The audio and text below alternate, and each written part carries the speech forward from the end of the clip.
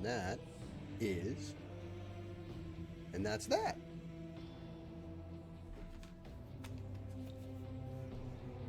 Down a smidgen. And... Good morning, everyone. How are you? Well, I hope. I hope you're all doing okay. I'm alright. I was out doing dad stuff this morning. It's muggy today. There was lots of storms last night. It was very muggy here. It's hot in my office again. I gotta get like an air conditioner or something down here. Something.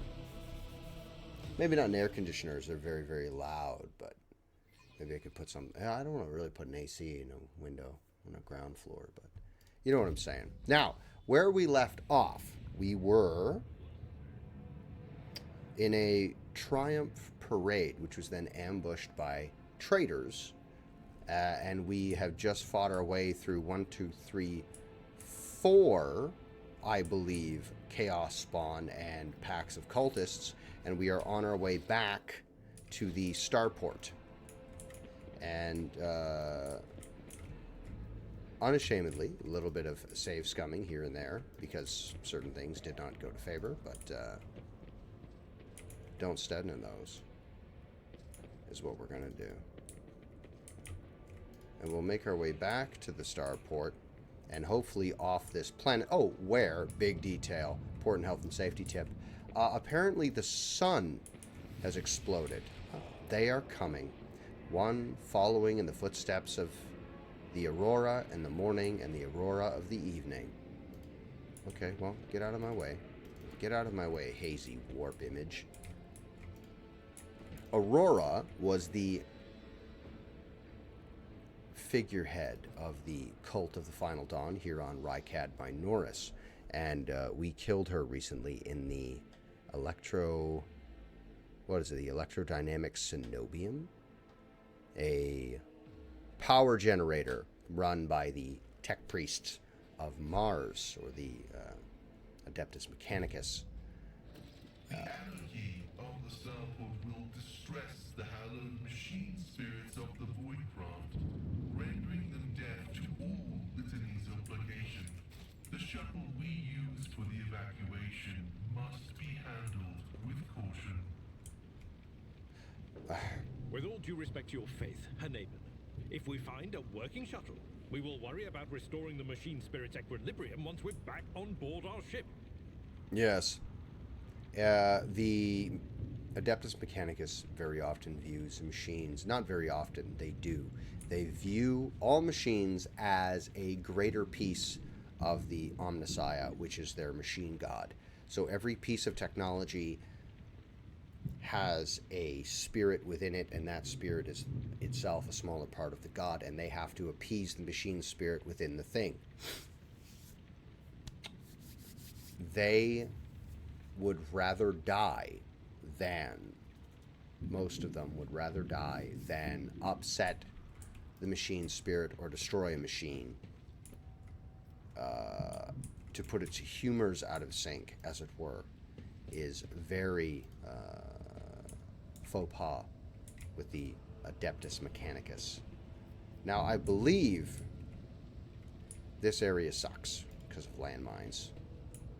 Fairly confident. I'm dropping autosave here. Not an autosave, quick save.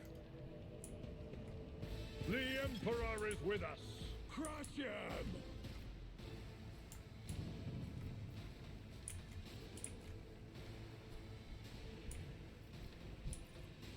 No, Jay? Hold on. They, of course, will not. If there's landmines or whatever, they won't set them off, but I will. Ooh. I will get you to move to this place here. And then from here, I will get you to put prescience. No, what's the one? Dodge and parry. Let's use this on you. And then foreboding will be in this area, because that's where everybody's going to stand, is about here. And then intelligence, perception, fellowship, and willpower till the end of combat on Cassia, because she needs fellowship for her abilities. Let's make it quick. Yeah. Can I... Shouldn't have put a deer in front.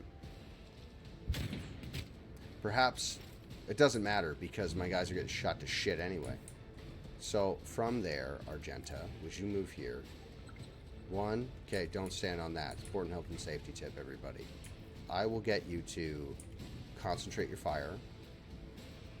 And then I'm going to get you to fire in this direction and hopefully hit these guys.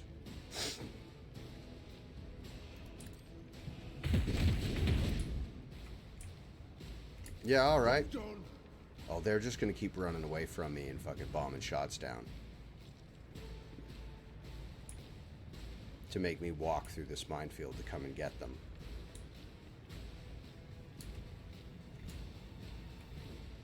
You don't know what to do, eh?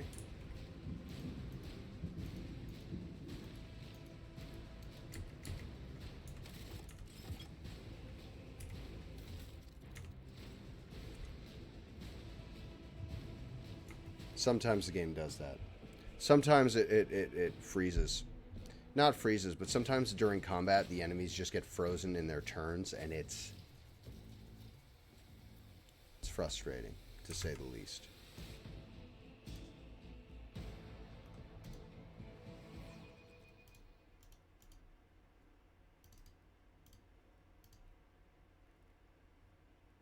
Let me go here. 2 seconds. 2 seconds. Alright, back to where we were. Maybe we can go this way. That's a long road, but we'll be shot at less, and I think the mines are here, and probably not here, but let's see what happens.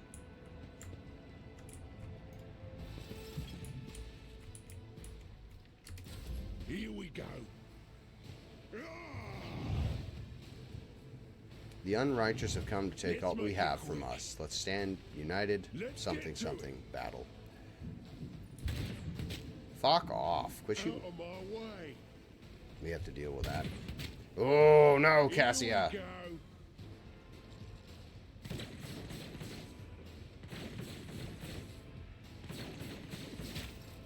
go. Argenta, move here, please. And then I will get you.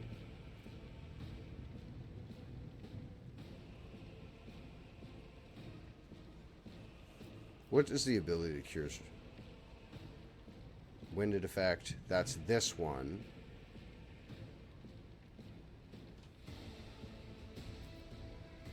Do I want to rush them and rush through a minefield? I want to kill them as quickly as possible. What's the percentage here? It's not great. It's not great. Let's run and gun. Okay. Glad we... Guided by faith.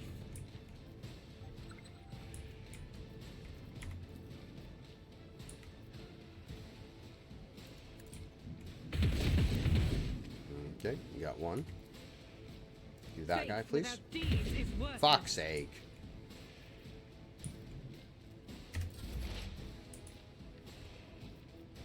Move.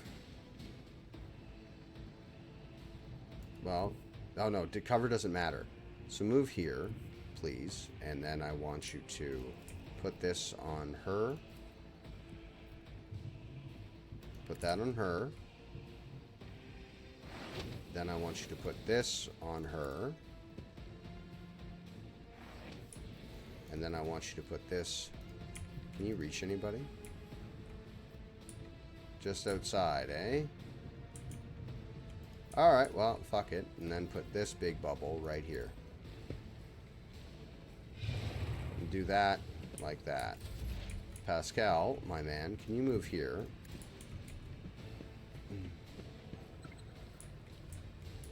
And then what I'm going to get you to do, Pascal, is not that. put this on him, and then put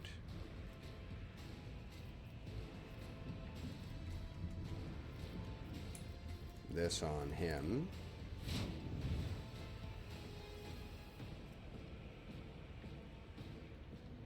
Deal 5 more damage. That's if I had more exploits. 42. Can't see it all. So let's do this one. Okay, never mind. Don't do that one then. I don't care. Abelard is 1,000 fucking miles away because of my placement. He can go here. And then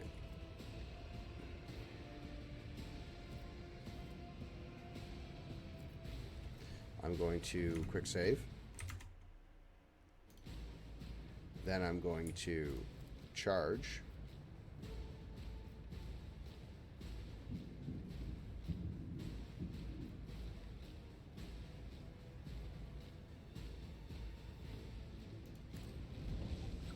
Found a landmine. There's one. And then One fewer target. one fewer target indeed. And then I will get you to endure. Please and thank you. And that's a lot less guys firing at my Cassia. Now, Cassia, I'll get you to go here where there's no cover. And then I will get you to use this ability on this ability on Abelard. Then I'll get you to use this ability on our... I need someone to charge, to go around and then charge someone, unless I can reach that guy. So Pascal, and Pascal can... It's an AoE. It's not what I need. Pascal, please hit this guy at 42. Never mind. Don't worry about it, dude. It's fine. It's fine, everybody. And then throw that on Pascal. Yep, there you go. And then, because you're in the wrong spot, you're going to go here, and then you're going to charge as far out as you can get. And then, who can you reach? Who can you reach? I need someone to charge. But what I will get you to do, though, is heal Cassia for 8.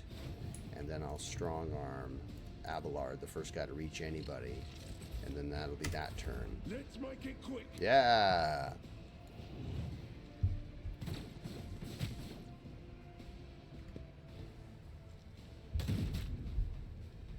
Let's get to it. Out of my way.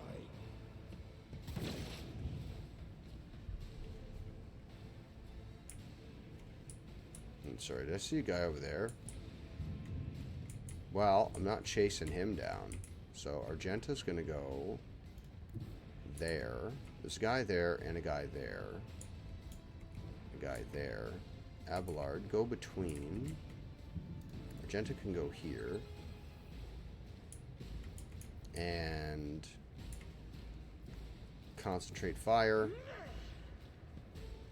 And then fucking shoot this guy at a 50%. There you go. That's something. I'll get you to stay. I guess you stay right where you are. Can't do anything, eh? I'll get you to put foreboding right there. And then that'll be your turn, because there's not much you can do unless you want to go all the way around and try to shoot that sniper. She is no... Very good. So she can do that. Hunneman, I will get you to move to here. And then I will get you to fire a shot at this Oh, fella. Not him. Actually, yeah, you can. Get him. Plasma gun. Worth it.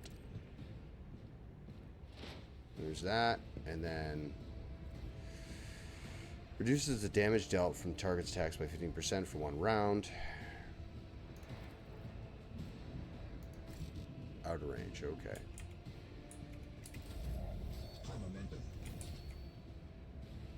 Shit.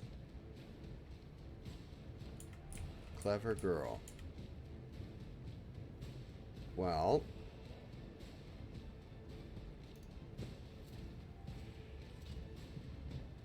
Now you're done. Now you're fucking dead. Now you're dead. Go here, Abelard, and then I want you to charge the sniper. That's not the Seneschal's job. And then I want you to charge the sniper. Fuck. That's one. God damn it. Could have used a healing kit on himself. Oh no, he was out of what's-its. So.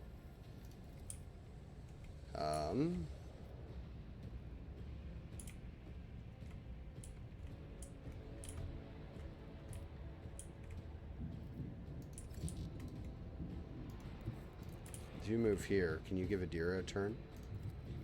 There you go. And then from here, Adira, kill this one. And that's the end of that. Now, very carefully, ladies. Her thing is sorted. Yeah, there's a landmine. Take that, thanks. Something ominous lurks ahead. Bet it does. Yeah.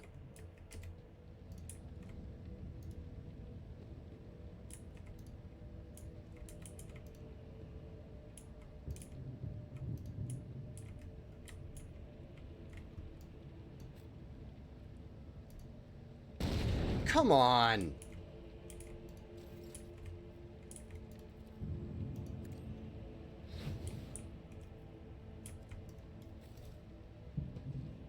Fate and fortune favor the bold.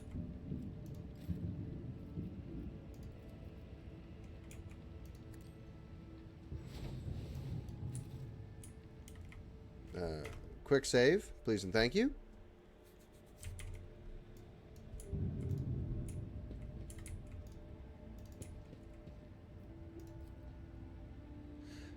The insurgents walked into the crowd right across the mine barriers, seemingly oblivious to their fear of death. There's a guard. There's one. There's a fucking last turret. Those things are cool. I wish I fucking had some of these. Turret was placed in great hurry, but the technomat never had a chance to activate it. Okay. Here's a guard, just stuck, trapped.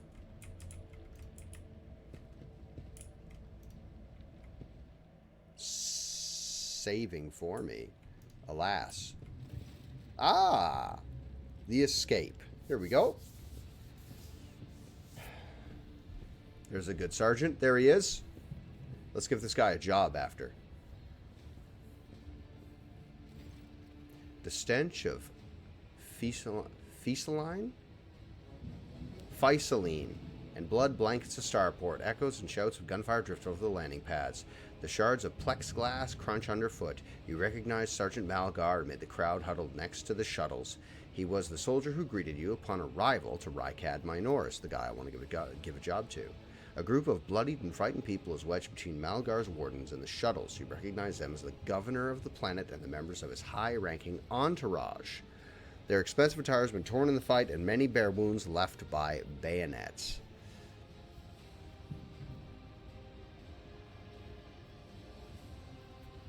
Examine the people in front of the shuttle. Some of the nobles are paralyzed with fear, others succumb to despair. 2 corpses are lying on the ground with their arms outstretched. Black blood is pooled under one of them. The other skulls were slit open like a nut, encircled by a pinkish-crimson halo of bone splinters and bits of brain matter. Sergeant Malgar, I demand an immediate report. What's going on here? The sergeant spins around to face you, and his face a twisted grimace of anger. Our esteemed governor and his gang of cronies have been cowering behind us, and now when things got rough, they thought they could scarper, excuse me. and leave us here to die. We've shed our blood for him, broken our back to provide for him, and after all this, you think that's fair, you piece of grok shit? Malgar's stun baton hits the governor in the chest, causing the adornments on the governor's uniform to jingle in unison. Adira flinches and starts babbling desperately. No, no, no, don't say anything, don't say anything, don't say anything. The governor spits out blood and opens his mouth to respond when his head explodes. His body falls limp to the side, his remaining eyes staring upward. The chorus of nobles' screams cannot drown out the sergeant's spiteful whisper, "Enough, you've said your piece." For generations upon generations, the nobles of this world cared for Rykad Minoris and ensured the prosperity of its inhabitants. And this is your gratitude present, peasant? For killing a nobleman, you deserve to be executed where you stand. Cassia throws out her hand and Malgar's knees buckle. My mentor was right, the rabble truly have no honor. Abelard looks at the governor's body, his brow furrowed. Madness, punishable by death.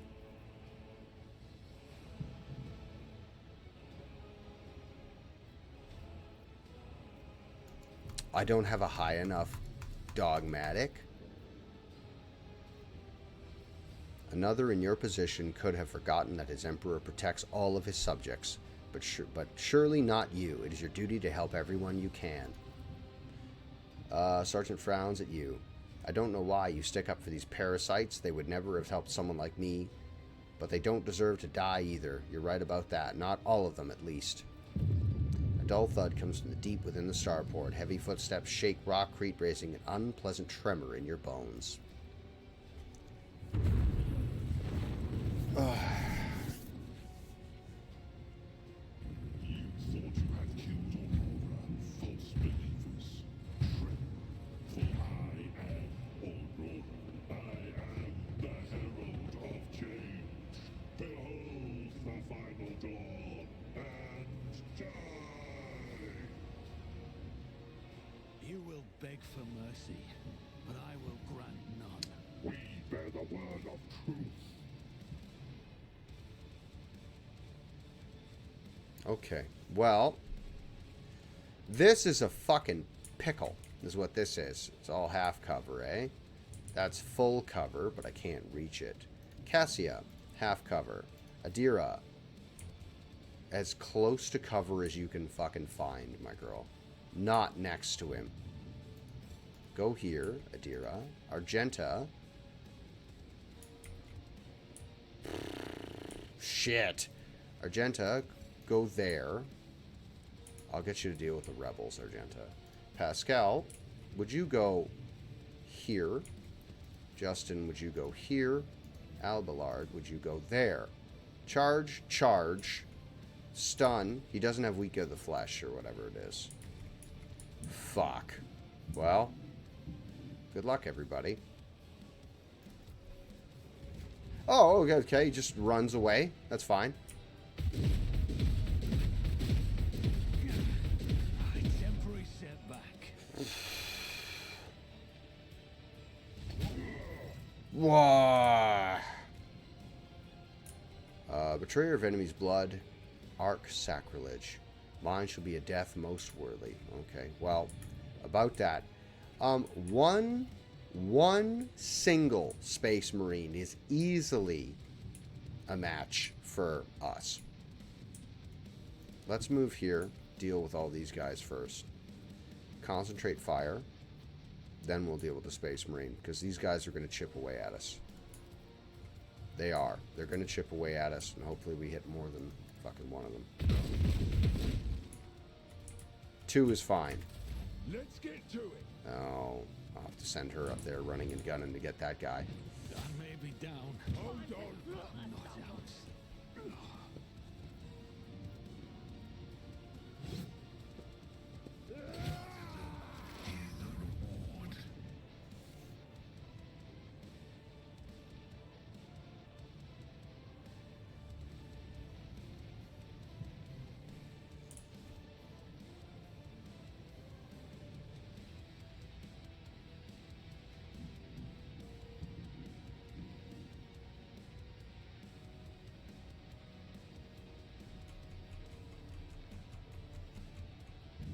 I'm trying to see if this fight's still viable without him.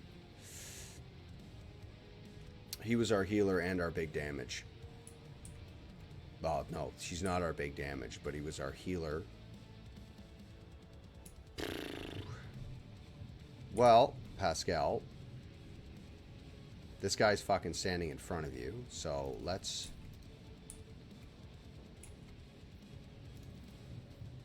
see what we can do. I don't want to do this without the rogue trader, but I should have used...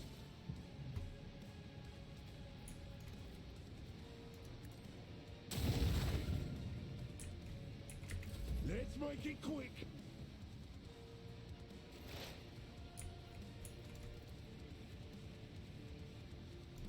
Next hit's guaranteed crit, which is what we're going to do. We're going to weaken him. We're going to give dodge to Abelard. And then we're going to give this to Abelard. And then this can go here. Okay. Abelard. Lord Captain, I will hold it off as long as you'll fucking try, buddy. So, first thing we're going to do is Reckless Strike. Then we're going to charge him. That's a good hit. Oh, he's got fucking... Okay. And then whack him again. Okay. Yeah. We are in fucking trouble. Hurt him as much as fucking possible. Give him 2 more turns.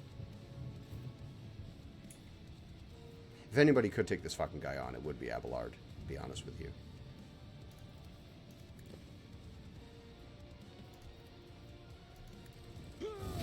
Yeah! Okay, so he counters charges. And then, for that, give that to Abelard as well.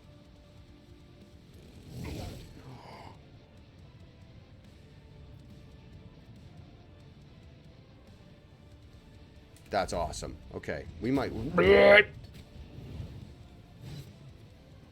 He's only got a wimpy little knife. I am genuinely shocked that... Go here, and then I want you to concentrate your fire, and then I want you to fucking cook down these 2 guys.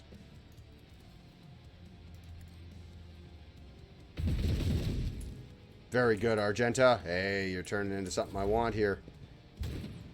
She's gonna go up and kill that guy. What's this?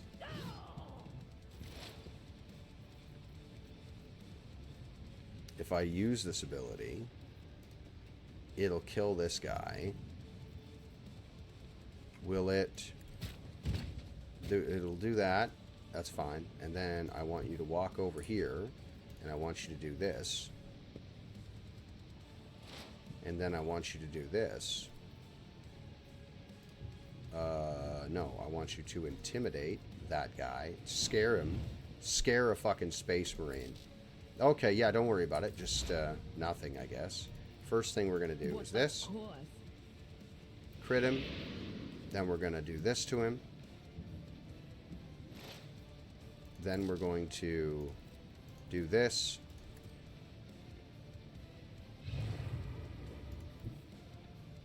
And that on Pascal.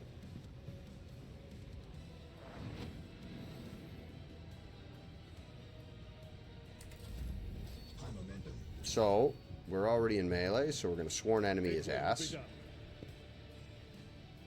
Then we're going to Reckless Strike him.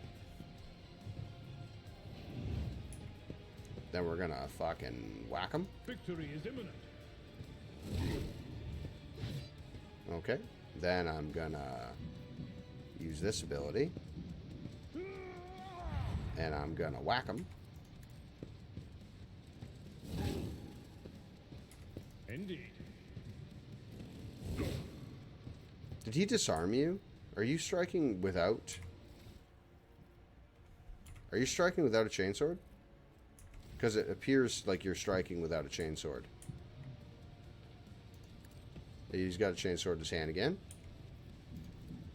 That's 2 for nothing.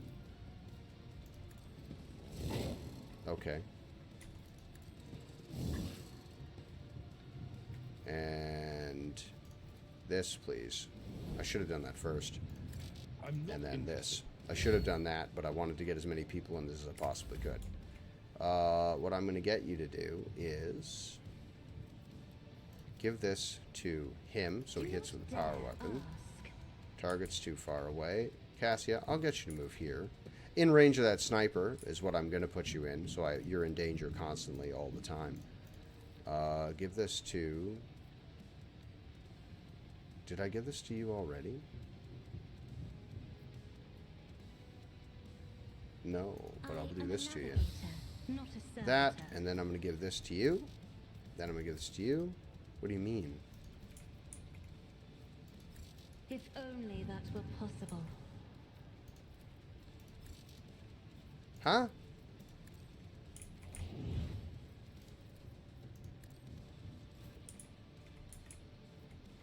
So, can you reach that guy? If you were to run and gun,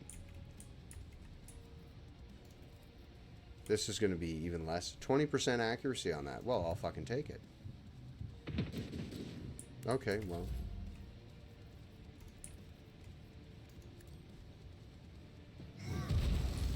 Not bad. Okay, yeah. Okay.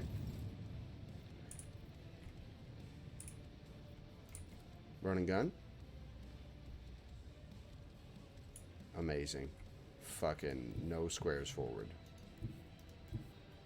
Go here. Bathe this battlefield in righteous fury. And then I want you to do the best you can.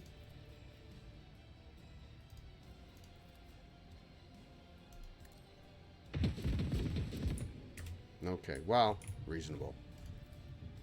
As the Emperor commands, I act. Okay. Yeah. Yeah, I don't know what you did, but, oh my god. He's knocked. Adira, I will get you to exploit him. Then I'll get you to... That's 2. Do that, please. There you go. Do that. And then I'm going to get you to do this. Because Abelard's my guy. He's unkillable.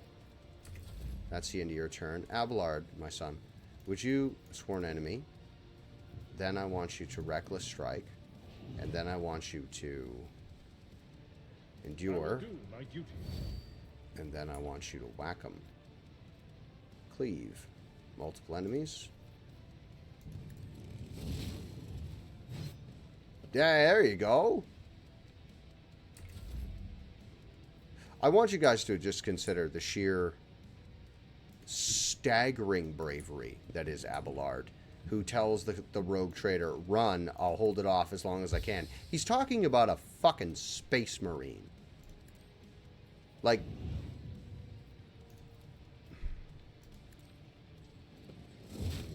Yes, Abelard. And then just for fun... That's a shotgun. Shit, I handed her a shotgun. That's the end of her turn. Okay, yeah, see ya. Bye. What are you doing? Heavy bolter. Oh, we're all close together. Blazing, raging crimson. Thank you.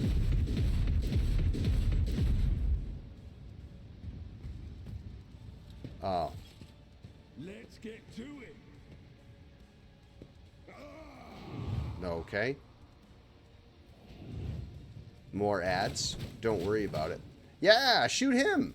That's a great idea. Argenta, listen, I'm going to get you to do a concentrated fire, and it's probably going to cost you your life. But you have a 75% chance to hit this fella right in front of you here. I'll do it. Okay, well, I'm disappointed. Down. Pascal, move here, please. And then I want you to hit everybody first. Hit as many people as you can. Oh shit, there's some right there, right? I want you to do this on him. Then I want you to use this ability on him. Then I want you to use this ability and hit as many of these guys as you can.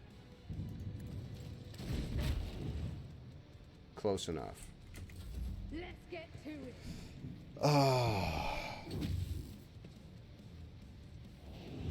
Okay. Let's get to it. Yeah.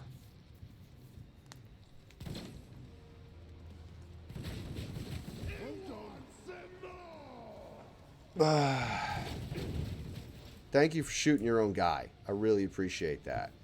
If she moves here, can she reach him? Who can she reach if she gets to here? Can you reach him? Kill him, please. Move there and kill it. There we go. We did it. Good job, Adira. Fuck yeah. And then, oh no.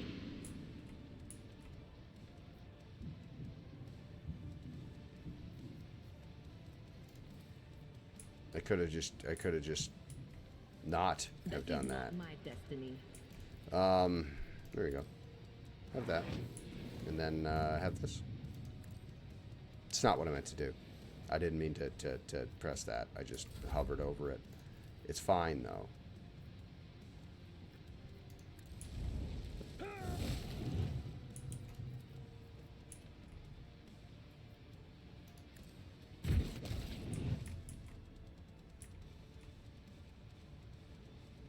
Abelard, holy fuck. Get in there, buddy. And then from here, nothing. Just lock all those guys in melee, please. There you go. Cassia, would you be a deer? Cassia, would you be a deer and move here and then give Abelard to... Fuck.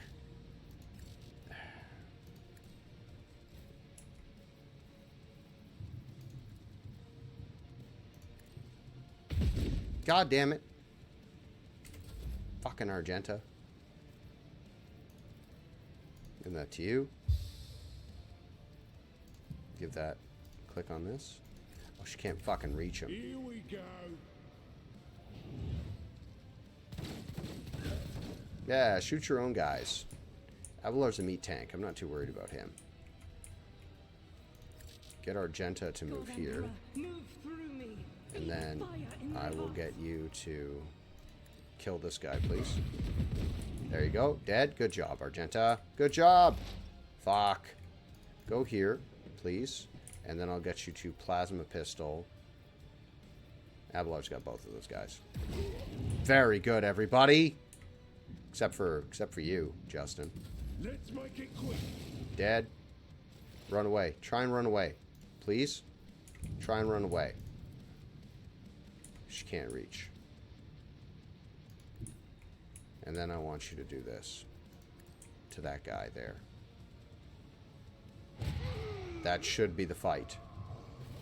The rogue trader stands up. Omnissiah be praised. Manifesting a statistical miracle and invalidating the unfavorable tactical prognosis. Guys, we just took on a fucking space marine. And we won. Like, I cannot express to you, chat, who may not know about, specifically about Warhammer, I cannot express to you the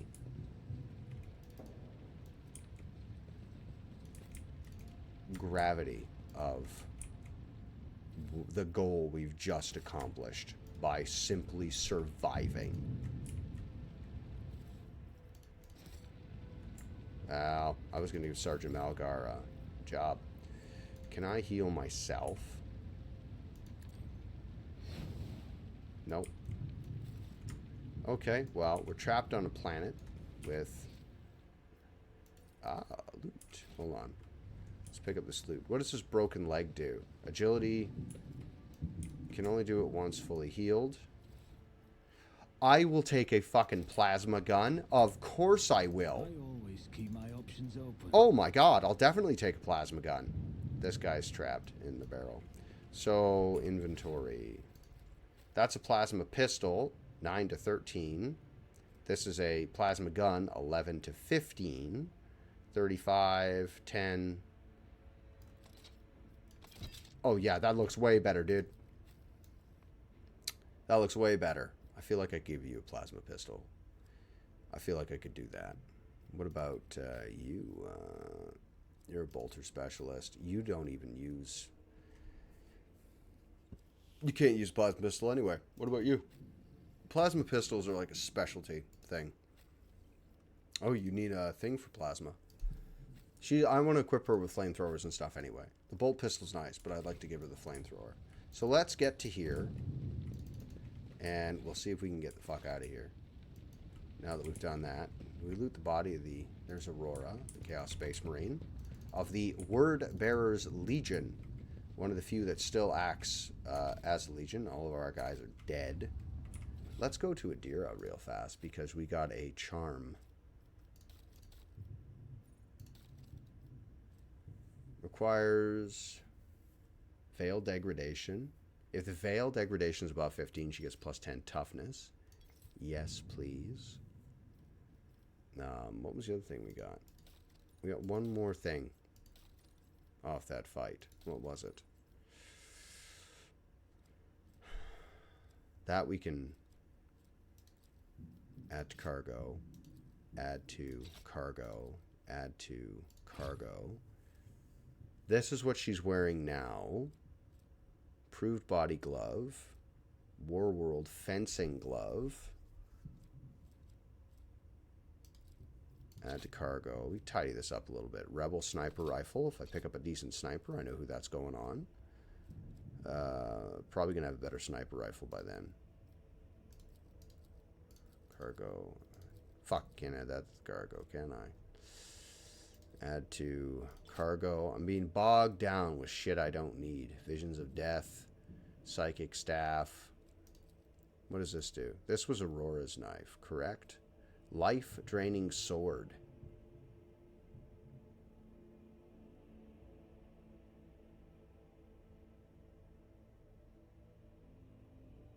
Let's give that instead of that. Oh, yeah. Oh, yeah! It's got little skulls on it and everything! That's fucking awesome. So that's yours. That's yours. That's for you. I made that. You can keep that. Venom Blade. Drukhari. Precise Pistol. Let's go to... You're carrying like a shotgun pistol. Sounds great, except that it isn't. I'm going to give you...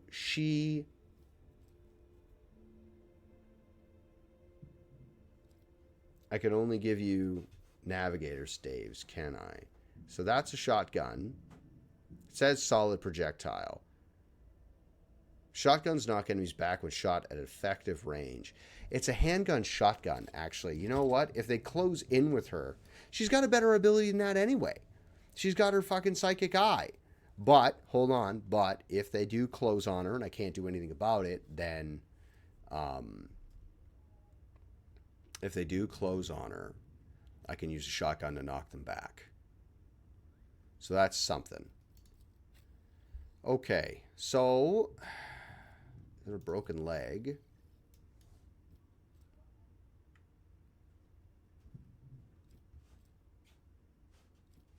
I'm really liking this. If I give him two-handed fighting, he gets more attacks. Maybe I can use the 2 attacks. Right? Maybe I can use the 2 attacks and... That's 5 agility. Parry. That's dodge against melee, where he is most of the time. Can I throw that on you? And that's agility down by 20 because of his broken leg. Hold on.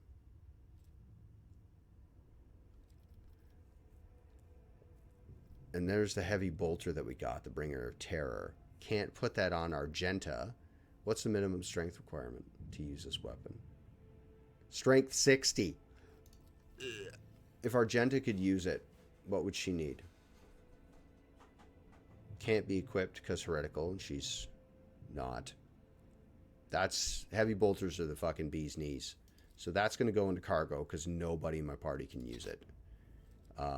Stub revolver. No one's using that. That's staying. Unfading Valor, I think we should keep. Power Maul. Shock Baton. Why is the Power Maul shittier? 15. You got a power sword. He has plasma. She's rocking a handgun and a shock baton. I feel like a fencing rapier would be her speed. Do you know what I mean? Do you know what I'm saying? I'm wondering if it's a mistake to do all melee with this character, but he wants to be in melee. And if I do 2-weapon fighting, I might be able to stack on more melee.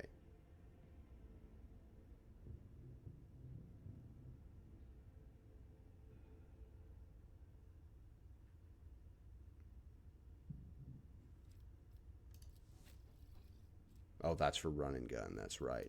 And he doesn't range. These heretical vests, we can throw those into cargo. That'll clear that up a little bit. Sorting in ascending. Go to weapons. Argenta, I'm kind of feeling this flamethrower on you. Do you know what I mean? But anyway, let's level up our characters very quickly. Now, let's take a look at Archmilitant for Justin. Whenever the Archmilitant uses an attack that is a different type from their previous, the Archmilitant gains a stack of versatility. Valid attack types are single shot, single target melee, area shot, or burst, not psyker. +3 weapon skill and ballistic skill for every stack of versatility. So he's not going to be an Archmilitant. Assassins are masters of identifying.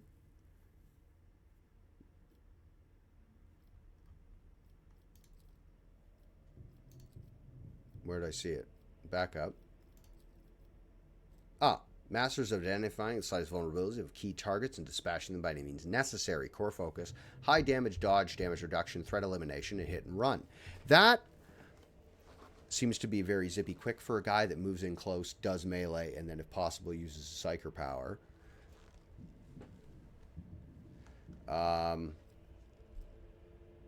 He's a vanguard. By he, I mean Abelard is going to be a vanguard no matter what. Let's do Abelard first, and then I'll come back to Justin. Vanguard. Unyielding Beacon. Each attack against the Vanguard grants him 1 stack of Unyielding Beacon. Each stack increases their resolve by +1, up to a maximum of +15. All allies in a 2-cell radius around the Vanguard gain 1/5 of that bonus.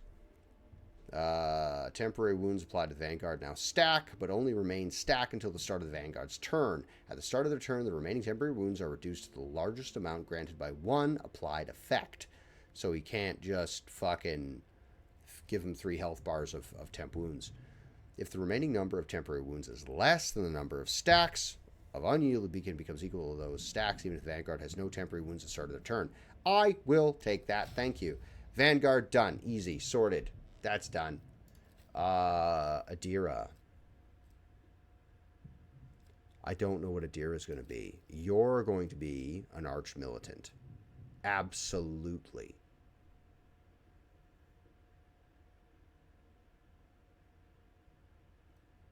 Let's have a gander. This single shot, single target, area melee, area shot, or burst. She's back and forth between burst and shots all the time, so I will make you an Archmilitant because that's how I'm building you anyway.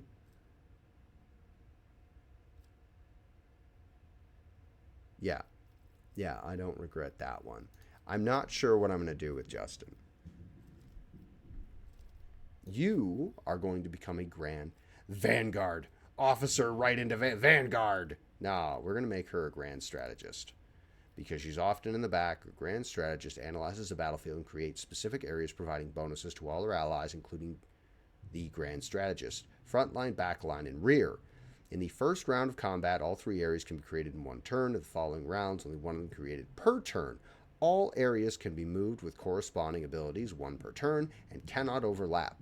If there are 2 or more Grand Strategists in the party, the combat tactics area are common for all of the Grand Strategists, and the highest intelligence bonus and fellowship of all the Grand Strategists is used.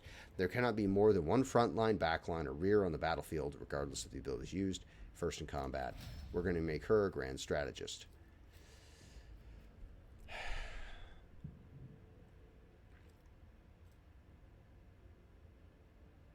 What are your abilities? That's more fighting. That's just feet. Till the end of combat, make one additional attack each turn.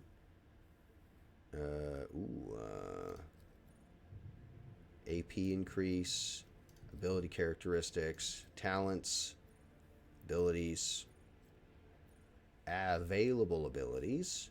More fire, that's better. More fire, that's better. Available skills.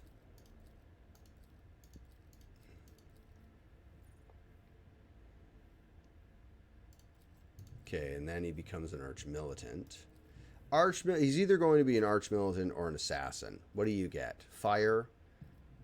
This. Dispatch. Dispatch is a great ability. AP increase. Available skills. Available abilities. Death Whisper is great. Elusive Shadow is fantastic. Less people target him. Then there's all this. It's very good. This is for melee.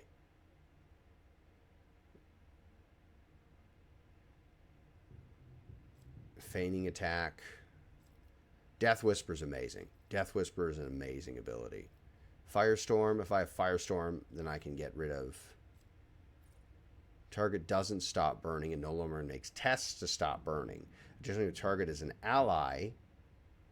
Every melee attack that the ally makes inflicts full burning damage on the targets of their attack, while they themselves now only suffer half burning damage from now on.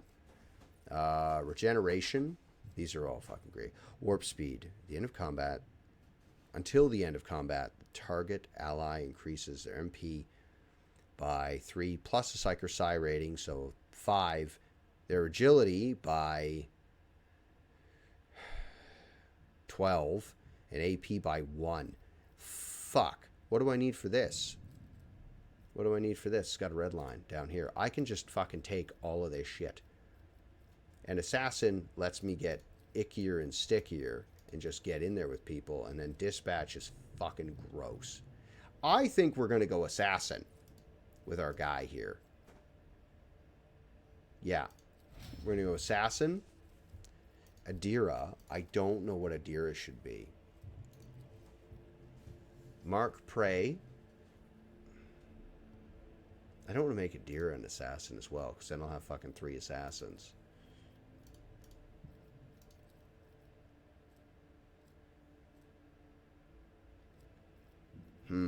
I don't know what to make Adira. I don't know what to make Adira. Take a look at this. Your shuttle has been burned and will never fly again. The pilot's charred body is stiff, hands still clenching the levers. There's a tech priest who came with us. Well, that's it then, guys. I don't know what to make these fellas. The Grand Viaduct for receiving esteemed guest is burned and now under rubble. Okay. I don't know what to make Pascal either. I feel like Pascal could be a bounty hunter.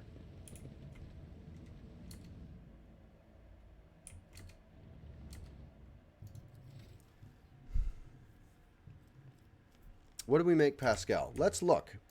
Let's look up a thing. Let's look up a guide. Rogue Trader Pass. Let's look up a build. Let's look up some advice. How do we build this guy?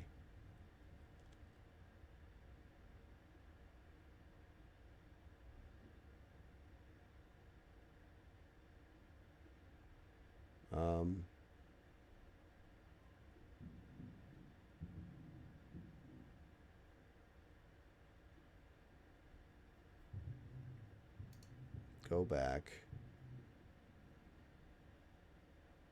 One build Plasma Lord. Okay. Bounty Hunter. Cull, share the spoils. Intelligence. So what does he get if he becomes a bounty hunter? Bounty Hunter kills target marked. Just pray they gain stackable bonus. Depends on the enemy difficulty tier. The Roman numeral of the enemy's icon. 25% of the bounty hunter's maximum wounds are temporary wounds. Okay, so he's very tanky. 3 charges. Then he just gets those ability. Wild Hunt. The bounty hunter has several attacks. The number of attacks is equal to the number of prey in combat. These attacks are equally divided among all prey in the bounty hunter's line of sight. The attacks always hit and always score crits. That is... I think I'll make him a bounty hunter. I don't know what I'm going to make Adira. Adira is good at tracking big... Like, Adira kills things when she sees them, right? She does big buffs, and she has one ability for big damage, possibly more. So let's... She's not an assassin, though. Sees an opening each side of one of the enemies. She doesn't have to do that. She doesn't have to do the killing, but she can mark.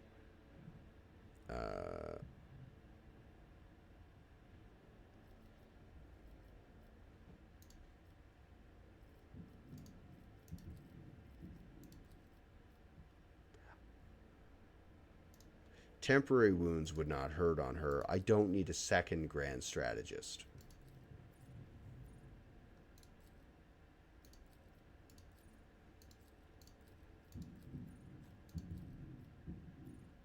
What do these abilities do?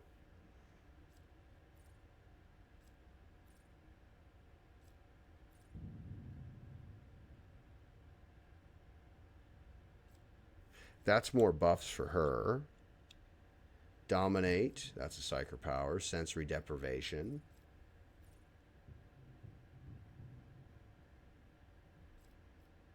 Sensory deprivation. Dominate.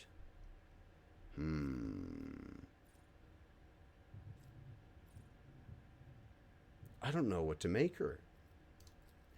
I don't know what to make her. Well, let's leave it. Let's close that. We're going to leave it. And how do we get off this rock? Ah, there's the fella. Jasper, young Jasper is still standing here, I think. Rise to the top. Is he? I hope he made it out. To the Void Ship Bridge. Let's get out. Collect all, please. Yes, please collect all the remaining collectibles.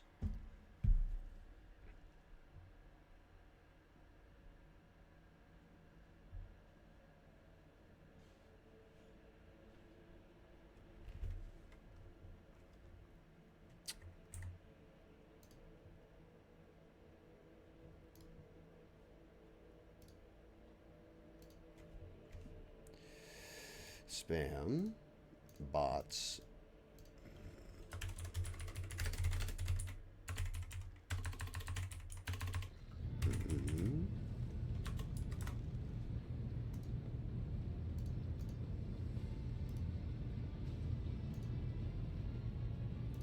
All right. Thanks be the Emperor, you are alive, your lordship. We are most gratified by your return, and the crew is full of zeal to carry out any orders you have. Before I hear anything else, I will hear an account of what happened to the system's sun. Lord Captain, we saw a number of ships approach the sun, black creations of inhuman make, amalgams of sharp angles and edges. They surrounded the star, and then, my apologies, but I struggle to find the words I could describe what a terrible sight. The xenos made the sun vanish into the void.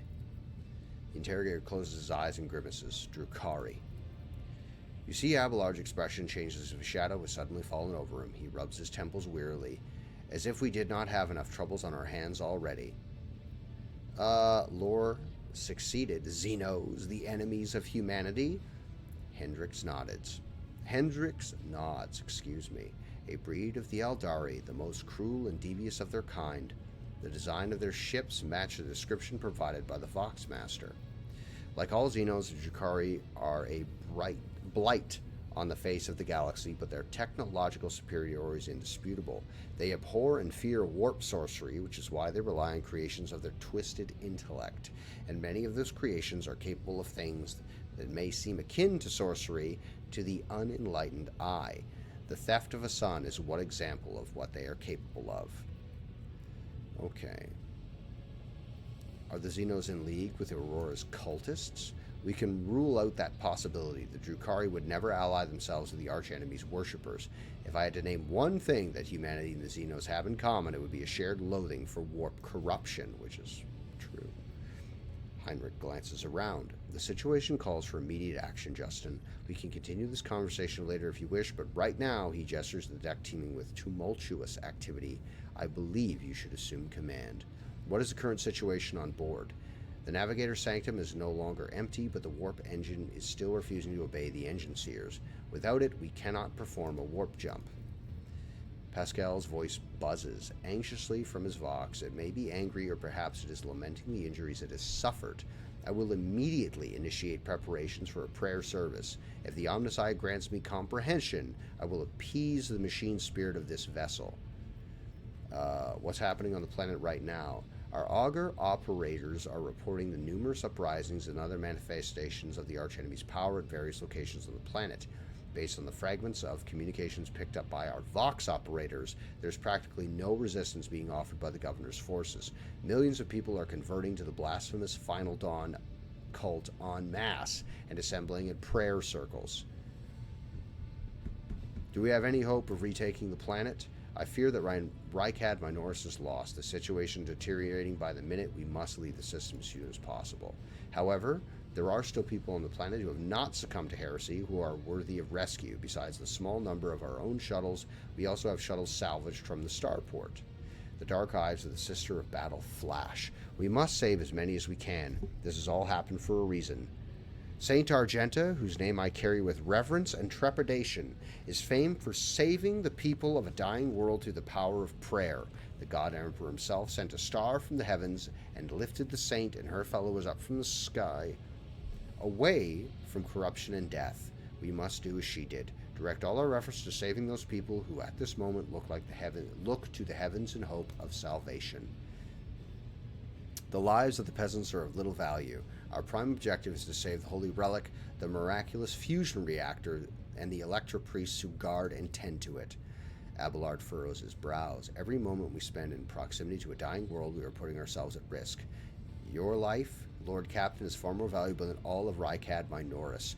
The von Valancius dynasty cannot be allowed to perish, and so lamentable though it is, we must rule out the idea of any evacuation. Heinrich's eyes, like two deep dark pools, are resolutely fixed on you.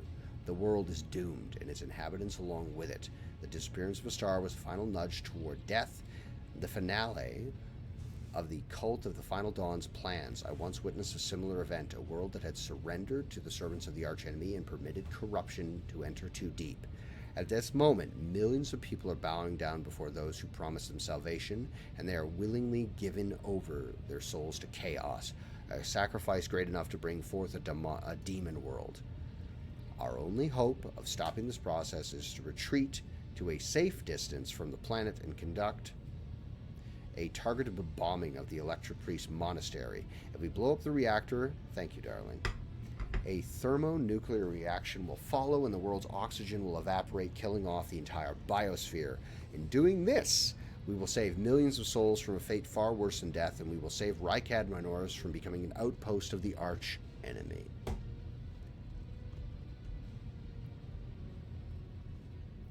What a woman. Whatever fate you choose for this world, I urge you to make haste, Lord Captain. The planet is burning in raging flames of crimson and purple. I can see it, even see it from orbit. As do I see that the storm is already upon us. With every moment that we waste, it grows ever more difficult and perilous to steer the ship through the warp's turbulent currents. I'm with the lady on this. Enough talking. We need to get out of here while we still can. Something lurking in the depths of your consciousness bristles at the passing thought of saving people. The spike of horror you feel takes your breath away, as if you are planning to steal the prey of a mighty predator. The planet is already wrapped in a thread stretching out from the warp. It deserves to have a new master. Okay.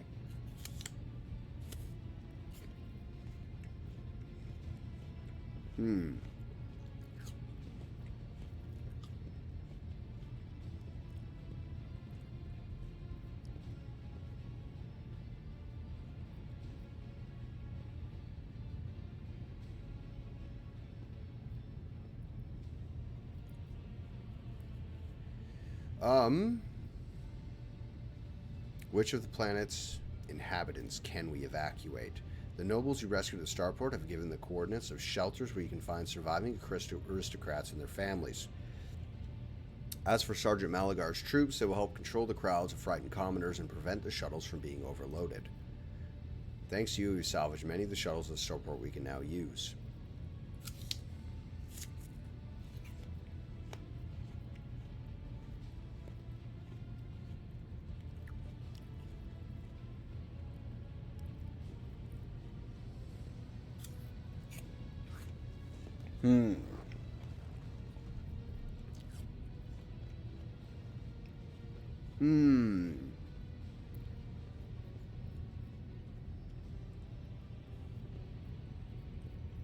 What do I get if I save the fusion reactor?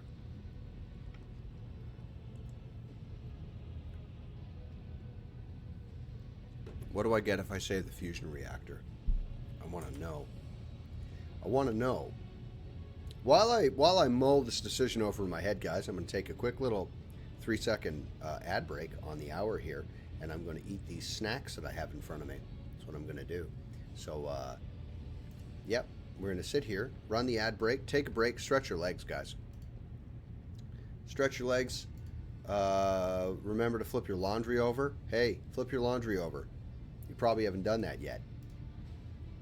And I'm going to sit here and eat these. And you can listen to me chew.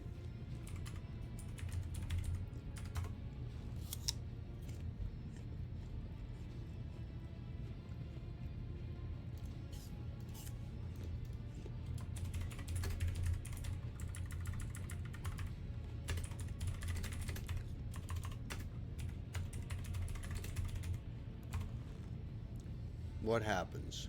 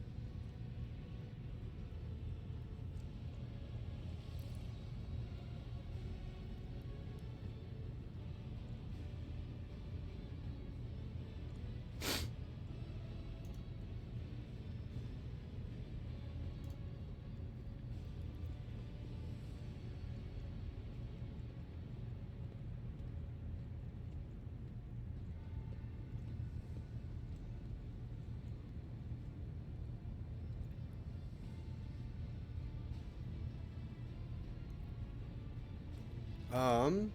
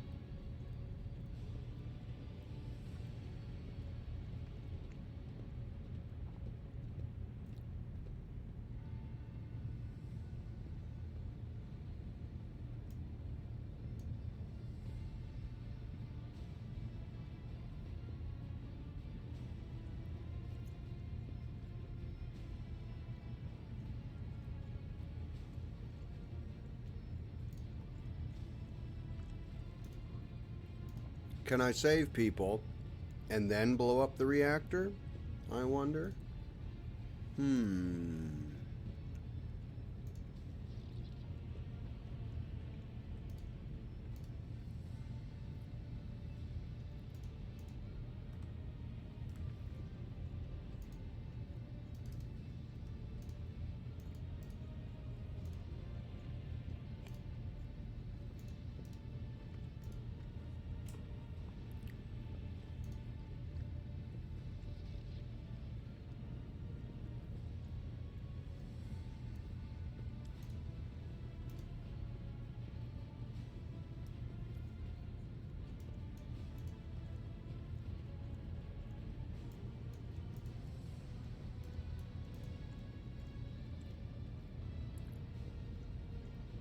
-5, right?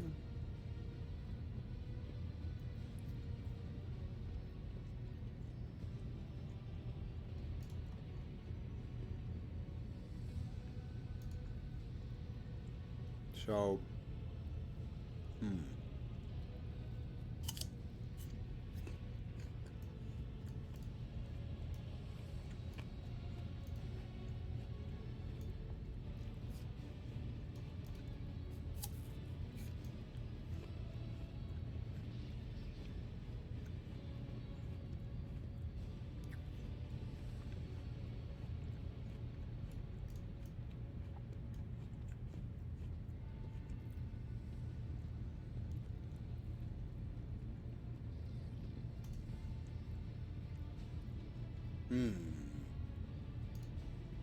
not this. Don't open that.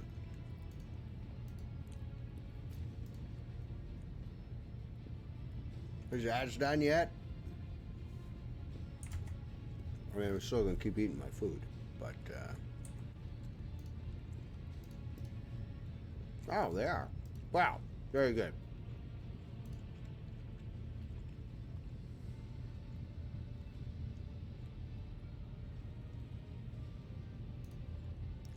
Well, here we are together. So, what we're gonna do is, guys, and I'm sad to say this. I'm sad to say this, but Heinrich is right. If it's becoming a demon world, like, it's too late to save anybody. It's too late to save anyone. I do not wish to pick the dogmatic choice. I want to save everybody, but cultists will be mixed in with that group. And they'll bring that shit onto my ship. Heinrich is right. When it comes to chaos, you can't fuck around. I say that as the dude who, like, I'll wear chaos symbols if it means saving the life of one good man. Are we going to go full iconoclast here? If we rescue people, it's gonna weigh on us forever.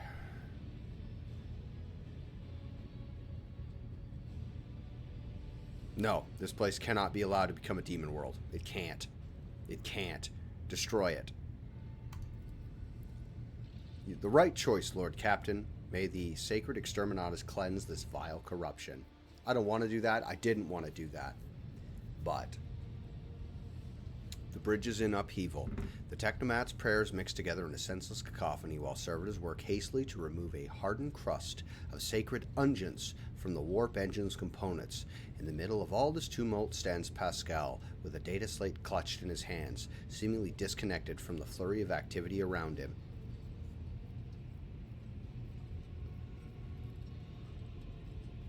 Okay.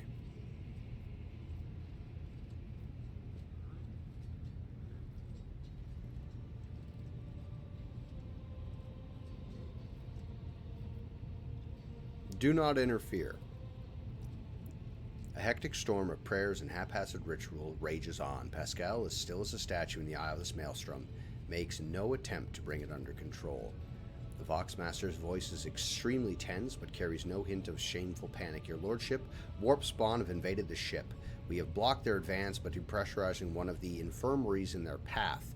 but is only a temporary measure. The crew have been ordered to arm themselves and pray for success from the Lord Captain and his Engineer Prime.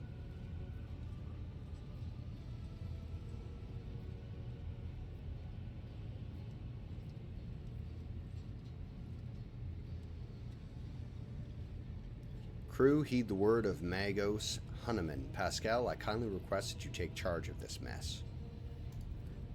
Thank you, your lordship. You are right. Pascal's voice changes when he addresses the crew. He now speaks with authority and resolve. Tech comrades, heed my instruction. The mayhem immediately subsides and the crew actions fall into some indiscernible logic. The Omnissiah's service starts working in sync, and the binaric clamor becomes a symphony of reports which the Magos coordinates like a skillful conductor. Admirably done, Pascal. The Omnissiah guides me.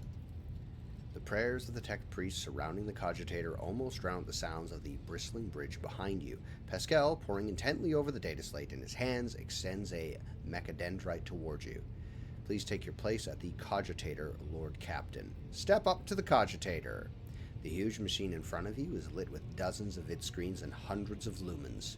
The blinking lights and endless rush of symbols and digits on the green background make your eyes water, and a vague sense of alarm simmers in the depths of your mind. The typical reaction of a layperson when confronted with the magnitude of the Omnissiah's creation. Among the numerous controls you see at the mouth of a cyber gargoyle, the same at the gate of the warrant chamber. If you were here for part 1 of that, we put our hand in the mouth of said gargoyle and it bit us. Pascal's voice becomes imbued with impetuous force. Servants of the machine god, heed my command. Acolytes, prepare the incense instrumentation for the liturgy of machine spirit propitiation. Senior technomats recite the prayer to generate the current data report. Operations will be marked with a campanological protocol. Omnissiah rejoice. I must inform you that for the purposes of safety, complete reassembly of the warp sextant and updating of its datasmith blessings are required. If this is not done, then at launch the volume will aggregate calculation errors that could result in the destruction of the data crypts. But as we do not have 100 hours at our disposal, we must omit this procedure. Pascal looks down at the data slate in his hands, a minor deviation from the rite of operation for the sake of appeasing the spirit.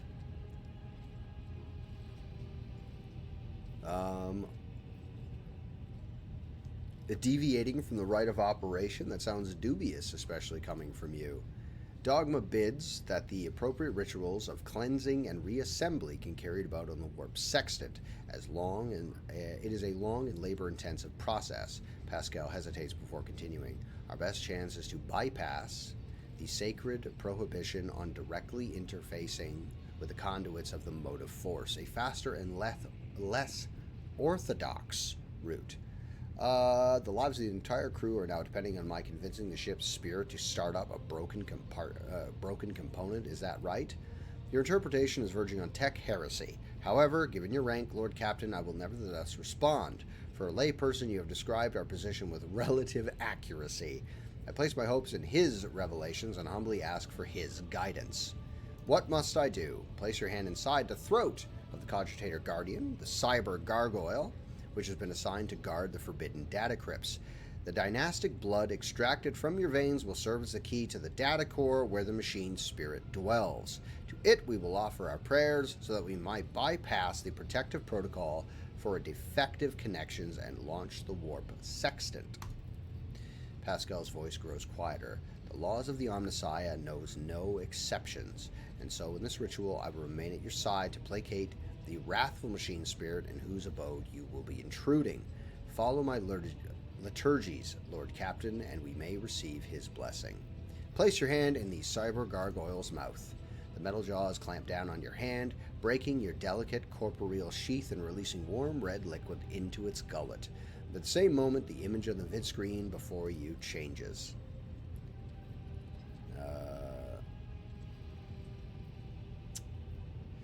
By my authority, I revoke the inviolability protocol of the warp engine.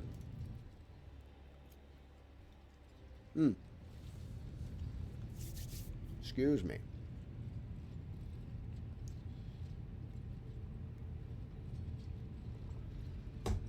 One of the cogitator's vid screens turns red.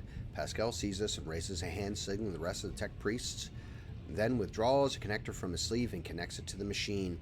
Servants of the Omnissiah, make now the offering of cleansed data crypts to the machine's spirit, so that it may be filled with their true and calibrated data. May the Omnissiah have mercy on our souls. In meek solemnity, the Acolyte offers the cleansed data crypts to the warp engine one after another, repeating the prayer of exaltation. After anointing the contacts with sacred unguents, Jesus Christ, Pascal inserts them into the cogitator slots. Your head begins to spin from the holy sensors, foul-smelling clouds of smoke, and from the loss of blood that the cyber gargoyle continues to drink from you, and the world swims before your eyes. Let this mechanism awaken in renewed purity. Pascal enters a sequence of commands and raises his head, watching the vid screen. Suddenly, he stops dead. No. His fingers fly over the command runes, entering command after command. His mechadendrites clicking their pincers and pull at one lever after another. The vid screens fill with strings of symbols, completely incomprehensible to you, but clearly conveying something to the Magos. Say nothing and do not interfere. After a few seconds, one of the data crypts mounted on the cogitator begins to emit sparks. A moment later, another data crypt does the same. The next bursts into flame and gives off foul-smelling smoke. Around you, the Omnissiah servants break off from their prayers, and someone bursts into frantic pleading. Pascal mournfully grates out, the mass errors in the warp sextant's calculations is destroying the data repositories. The offering did not appease the ship's spirit. The warp engine cannot be filled with the motive force. We are trapped. A moment later, the Magos continues uncertainly. Perhaps an alternate Rysian protocol or emergency launch of the auxiliary coils. The tech priest bends over the cogitator, but something in his pose and movements reveal his desperation. While the other vid screens are filled with more and more strings of symbols, the monitor in front of you blinks. It's a static image, and its static image changes. Pascal is too engrossed to notice. Magos Hunneman, a moment if you will. Pascal turns toward you, his flickering visor betraying his anxious state. Lord Captain he stops short when he sees the vid screen. Distorted transmission from the data core, most likely a residual cognitive functions of the built-in servitors. Omnissiah shield us from the machine ghosts. He returns to manipulating the cogitator's command runes. Read the information on the vid screen.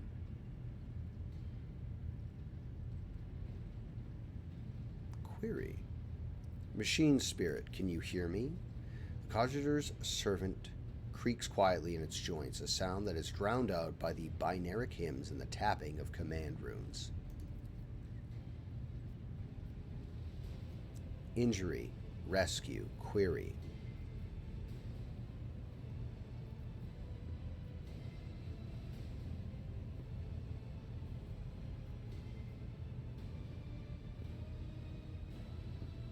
Machine spirit, this is the Lord Captain of this vessel. Obey me and start the warp engines. Pascal's voice shakes with tension. That was a non-executable request, Lord Captain, even if the voice receptor could interpret such a... Pascal's next vocalization goes unsynthesized as he sees the vid screen begin to stabilize one after another. The strings frenetically galloping across the screen background are replaced with stable images or regularly updating status reports. Only one monitor remains inexplicably red. The tech priest Vox crackles in shock, but his report is as clipped and clinical as ever. Registering warp sextant activated. Registering data stream stabilizing. Registering 0 data errors found. Reporting the warp engine is ready for translation. After a pause, Pascal adds, I'm also reporting evidence indicating a Category 3 miracle, fulfilling the criterion, thou shalt witness the mechanism that toils in glorification of its function and in defiance of deactivation. Lord Captain, Ravor here. The crew are almost finishing carrying out the orders given earlier, and I've just received confirmation from the entering halls. I don't know what you did, but the warp engine's up and raring to go. We're ready to begin translation into the warp. Jump. Jump now. Waiting for you to ascend the captain's throne, Lord Captain. May the Emperor protect us. So, it was pretty clear what happened. There it is, boys. Look at that. There's the world generator fucking going up from an orbital strike. And we're gonna burn this world clean. That's what it is.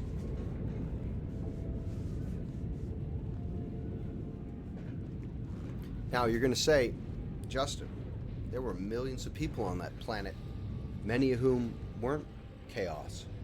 That's true. But the world was going to be sacrificed and turned into a daemon world, and all of the people that weren't yet would have been much worse than dying.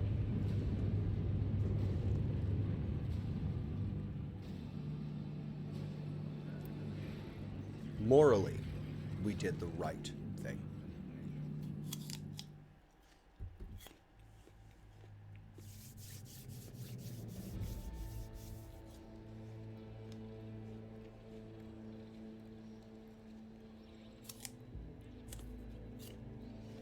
The Valancius flagship made its way out of the doomed star system. As the void shift plunged deeper into the Koronus Expanse, the rogue trader's subjects bid a formal farewell to the late head of the dynasty, Theodora von Valancius. There she is.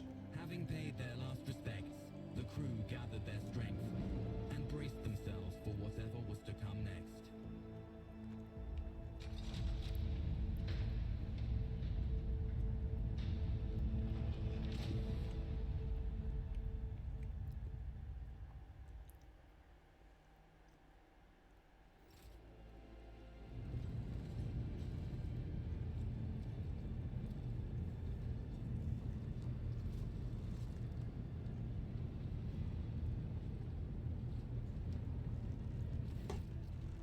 Lord Captain, allow me to report. Our journey through the warp is coming to an end. Lady Navigator or Celio informs me they've reached a point where we can translate into real space in the Fabrundus system. The Lady Navigator and her pilots are awaiting your permission to begin the process. The Fabrundus system is home to Footfall, the only Imperium outpost with a functioning wharf in the Koronus Expanse. The tech priests are begging you to have mercy on the machines worn down by the warp, and allow the servants of the Omnissiah to inspect and heal the void ship's wounds in dock. The prayers and rituals will take some time, which is our astropathic choir will use to establish a connection with the prime worlds of your protectorate, Dargonus, Janus, and Kiava Gamma. Master Zachary Wise has recovered an invitation previously adrift in the Immaterium. The Liege of Footfall has humbly requested an audience with the rogue trader of the von Valancius dynasty. According to Master Zachary, the message was tinted with shades of pleading. I quote, apparently the Liege is anxious to meet as soon as possible. Footfall, the place where filth and sanctity go hand in hand. Reverend Harmonius Doloroso will most likely expect a visit from me. I imagine he'll be interested in talking to you as well, Justin. I will be leaving your void ship when we arrive on Footfall, Justin. Once that is done, consider the Lord Inquisitor's task complete. Your Lordship, young Evane Winterscale, has asked me to convey his gratitude for your hospitality and for saving him from certain death. Not wishing to outstay his welcome, he plans to disembark at Footfall. Lord Evane swears he will not forget the debt to you. I hereby inform the rogue trader that during a comprehensive system inspection this unit discovered data clusters within the captain's cogitator that are concealed from the prying eyes by means of personal cipher and sacrament of algorithmic authorization. Unit Justin von Valancius has been added to the access list and assigned the identifier Keeper 2. The unit can access the data from the captain's cogitator provided that he possesses the decryption key. Detective hint of something resembling curiosity in Pascal's mechanical voice. Okay.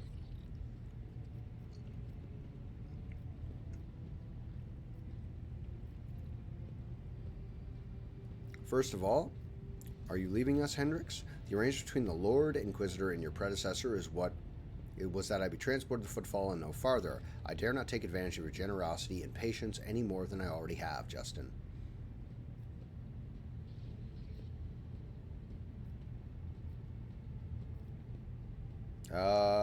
Let's be super nice to the Inquisitor. True servants of the Emperor are always welcome aboard my ship. Hennes regards you with a curious look and a polite smile. An interrogator of the Inquisition seldom gets to hear such words. Thank you for your hospitality, Justin. I will not forget it. Argenta, who is this Reverend Harmonious? He's the head of the Drusarian mission on Footfall and one of the most prominent clergymen in the sector. Paying him a visit is a good thing for any loyal to the Emperor to do. I assisted his mission before I joined Lady Theodora on her voyage. I need his blessings to accompany the rogue trader on the von Valancius dynasty. You wish to have me aboard your void ship? I request we meet with him. Okay. First of all, Abelard. Do you know anything about the Liege of Footfall? Vladam Takara is a very particular young man. Consider your upcoming conversation like a baptism of fire in Footfall's political arena. Such things are not spoken out loud, but the Liege Takara is the appointee of the Casbalica mission, the largest robber baron crime syndicate in the Calixus sector, and they specialize in the coal trade by buying and selling of all kinds of xeno rubbish. Footfall was previously run by a liege who did business with several criminal factions at once, but he suffered an accident. The reins of power were picked up by Vladam Takara, whose appointment benefits not only the Casbalica, but also their most powerful ally in the Koronus Expanse, rogue trader Caligos Winterscale. Vladam is a slippery yet very cautious fellow. He does not usually beat around the bush and does not play mind games. Perhaps more importantly, he's no fool. Fools do not rise this high in the Casbalica hierarchy. Keep all this in mind. You are a rogue trader, you stand above him in status and wield considerable power. Having said that, history has seen cases where the Casbalica barons crossed swords with a rogue trader and emerged victorious. Do not forget that and remain vigilant. The Casbalica, vile tech thieves. Pascal Vox barks out the last word like a profanity.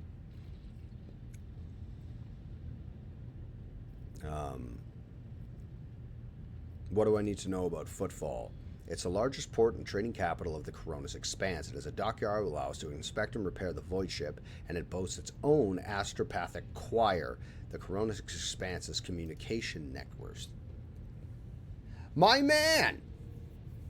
The warhammering is hammering, is what it is. That's how it's going. It's going. We just finished Chapter 1. We escaped an exploding star system, which is, you know, not an everyday thing, but we did it. How are you, my friend? Are you well? I hope so. Oh, shit. Again.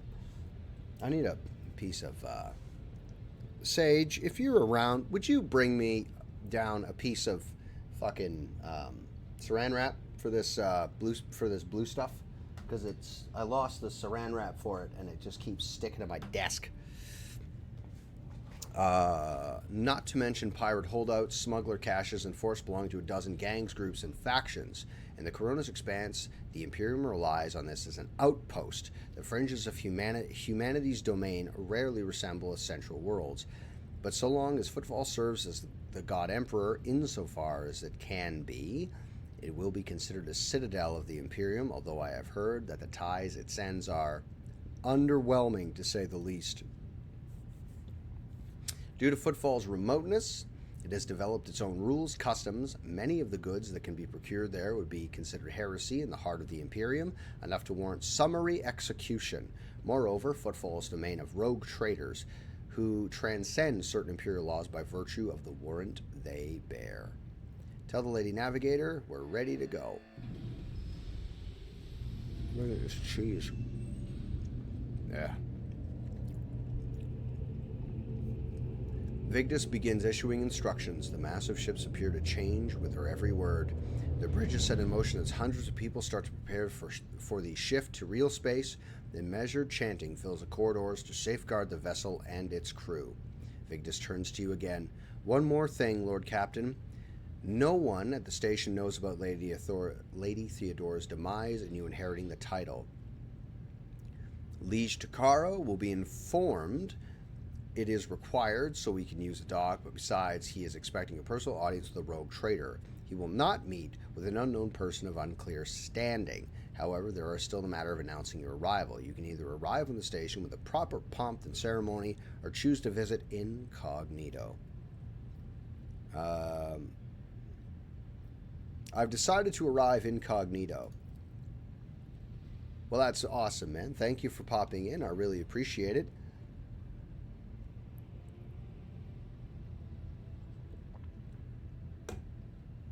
It will be done, Lord Captain. Vigdis bows. With your gracious permission, I shall return to my duties. Good. Now everybody stop talking to me for fucking 5 seconds. Characters. We're going to update this fella right here. We got to level him up.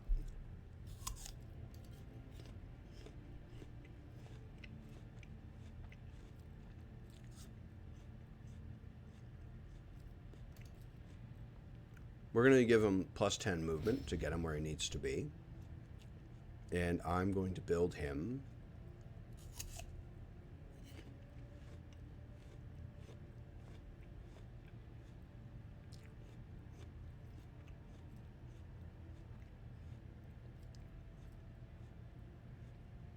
No, I'm going to build him into an assassin. That's the way to go with him. Now, I don't know what to do with Adira.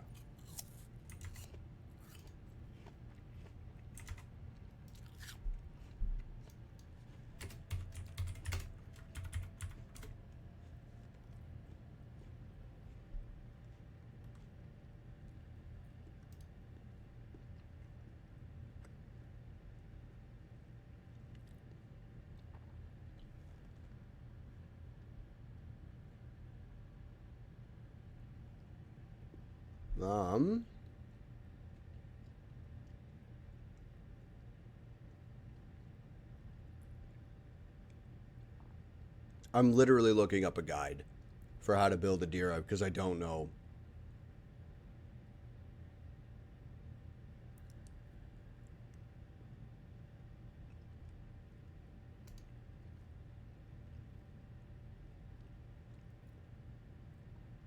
What?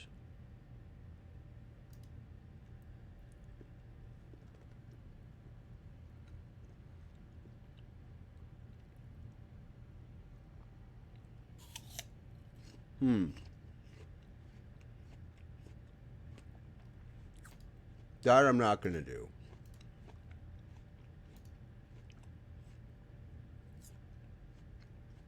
Let's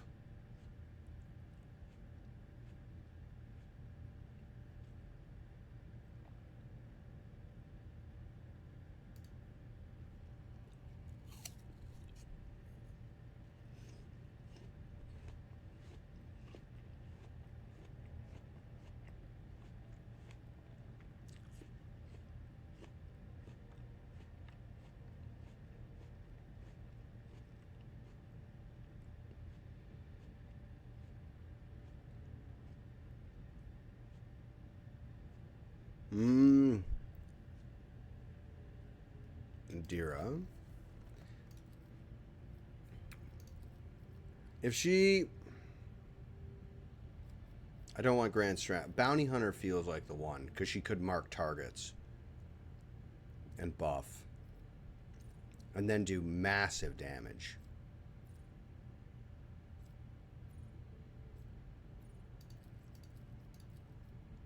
Can I get Psyker fucking what's-its? Okay. And that's Psyker powers. And then Wild Hunt. Then there's this. And then when you get to Exemplar, what do you get? Everything. Oh my god. Make it to Exemplar. You get fucking tons of stuff. I don't know what to make Adira. I really don't.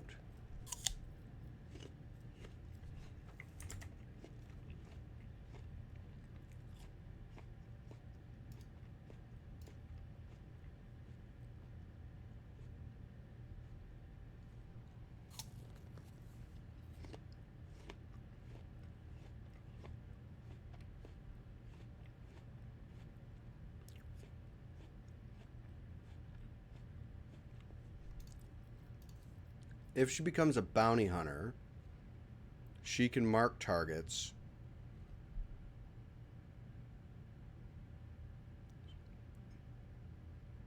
Temporary wounds wouldn't hurt.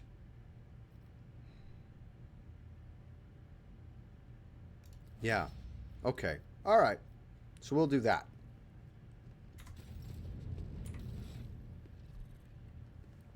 Is there anything else we can do here? Is there anything else we can do? Journal. Down a bank, belonging, bridge cogitator. Okay.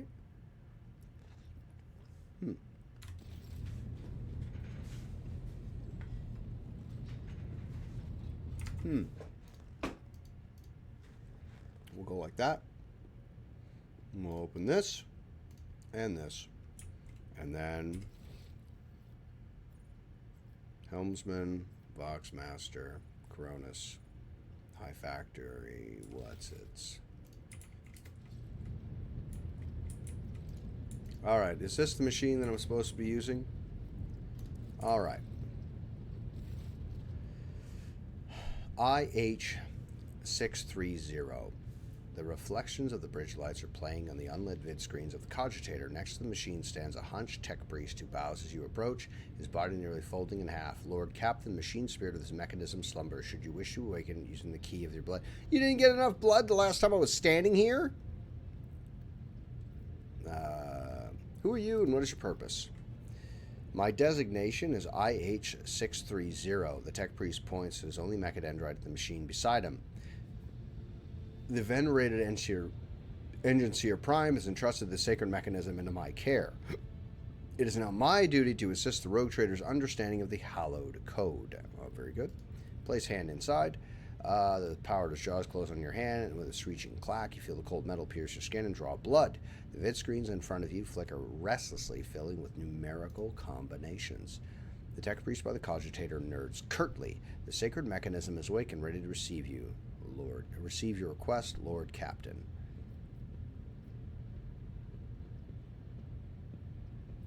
Pascal has informed me that the system has encrypted data stored inside. I wish to know its contents. Without a word, the tech priest turns to the cogitator. He raises his hands and a prayer of binaric code pours out of his Vox device. The servo motors in the bowels of the machine grow louder, its undulating hum responding to his chant. Numerical combinations run down the screens. Okay. The machine spirit has discovered numerous critical errors. The data is damaged. The tech priest stops abruptly and the green glow of his visor narrows. The registering an intact segment, the machine spirit has spoken. The worlds of Kiva Gamma and Dargonus hold certain data repositories. The mechanism is ready to provide the rogue trader with data keys that can unlock said repositories. What data repositories? That remains hidden. The encrypted databank belongs to the esteemed Theodora von Valancius. She was the only one who could have known about these repositories. Perhaps a former Engineer Prime also could have known. Omnis I accept his code. If I were to propose a hypothesis, it would be most prudent of a figure as eminent as a rogue trader to store her classified data in receptacles most secure. How do I accept these keys? Okay, did it?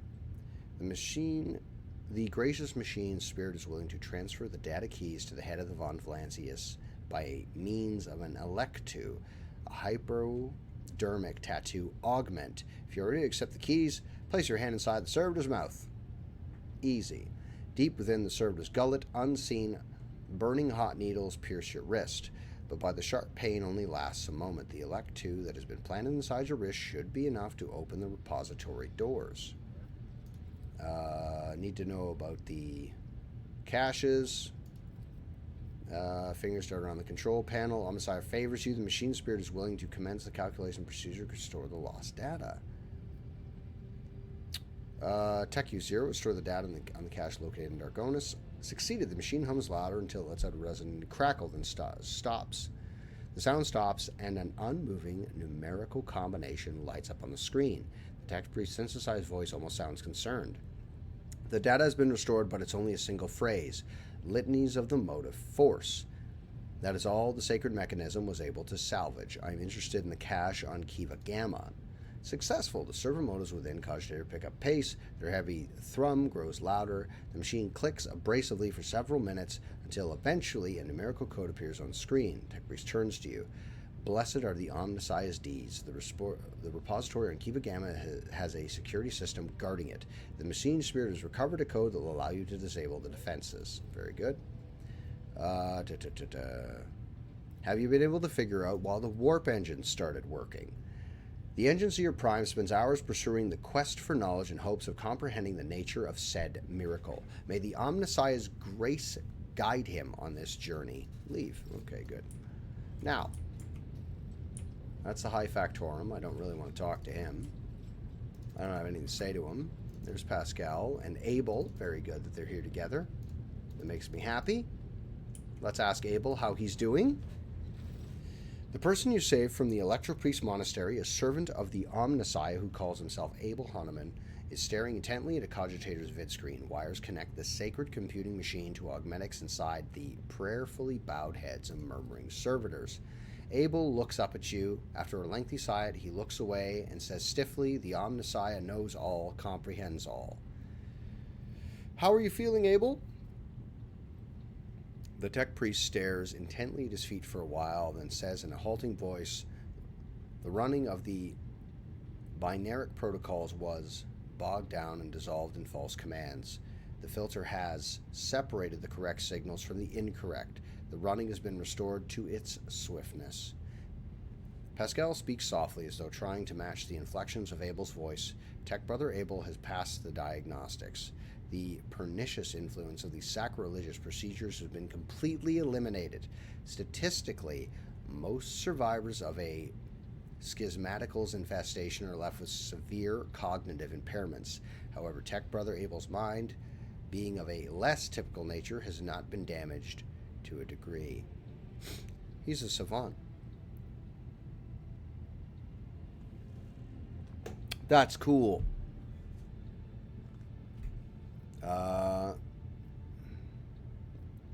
Gaze into Abel's eyes. Tech Brother Abel, you are free from possession, are you not? I trust that you pose no threat to my ship.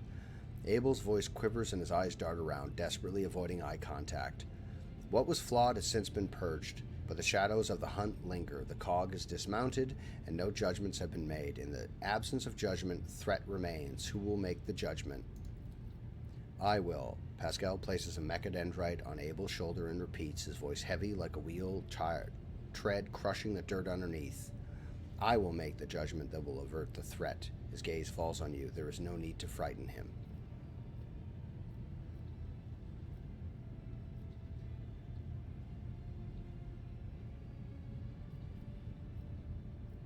What troubles him so?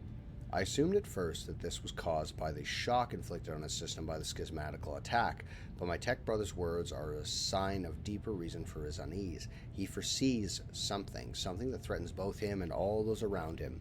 Thus I stand ready to face this threat. What judgment do you speak of? Only he knows. But if my tech brother fears that he might not make the right decision at a critical moment, then I will do it for him. Okay. You care for him as if he truly were your younger brother. Pascal's vox rafts a tired laugh. Tech Brother Abel is harmonious, and harmony is beautiful. Is it so strange to urge to protect beauty from the horrors of the grotesque?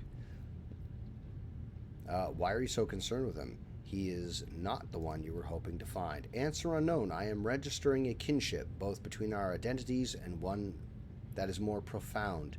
Archmagos Amnat left an imprint on all of his students. It may be, then, that I see some of my mentor and tech brother Abel, and so my spirit rejoices in striving to keep him from harm. I will try not to give Abel any undue stress. What are you working on? We catch the soul of the light in the solar wind, and we look for footsteps of the Omnissiah when he walked the desert. This is a oromatic computation procedure. The depersonalized minds of these machine events are in the data dream, processing enormous arrays of assorted data and aggregating them. Virtually all results in such synthesis are scrap data, but occasionally we have noted coincidences whose exactness defied logic. It is extremely rare and venerated form of statistical augury, but Tech Brother Abel is adept at this form of appealing to the Deus Mechanicus. I'm going to use Perception. You notice certain repeating patterns in the scrolling columns of runes. You may not know what they mean, but you clearly see, or rather sense, their similarities. You point these out to Abel, making his face light up with joy. A crystal is exquisite in clear water. Deviation from the cycle's trajectory has been increased, as was Armanat's wish. Abel lowers his head as Vox synthesizers broadcasts a binaric hymn you do not recall having heard before, but the sound is full of vibrant energy, and its precise rhythm is nothing short of pleasing to the ear, a rare thing for the language of the Adeptus Mechanicus. They all speak in binaric. They don't speak sounds and words, they speak in binaric. If we play Mechanicus, which I'm going to, Warhammer 40,000 Mechanicus, when I play Mechanicus, you're going to hear that. Pascal explains, with an inexorable air of pride, Tech Brother Abel has dedicated a lesser aria to you. This piece is distinguished by a high degree of acoustic harmony and is fit for use as a motto, auxiliary identifier, and epitaph. Bow, I thank you for the generous gift. The gift is disproportionate, but it does signify a personal affinity. Why do you do it? It is how we execute the quest for knowledge in the hopes that the machine god grant us an epiphany, so that we may discern a logical connection in a mass of absurd data which will propel our comprehension forward. Inspect the sacred machine. The hair has been removed from the servitors' heads. Their bulky cerebral augmetics cover their skulls like helmets. The faces of the cogitators are blank. Their eyes are closed. Their lips are incessantly whispering what sounds like gibberish. Hundreds of lines of symbols containing information scroll down the cogitator's vid screen. Abel Hunneman peers at it with voracious interest, in sharp contrast to his usual placidity.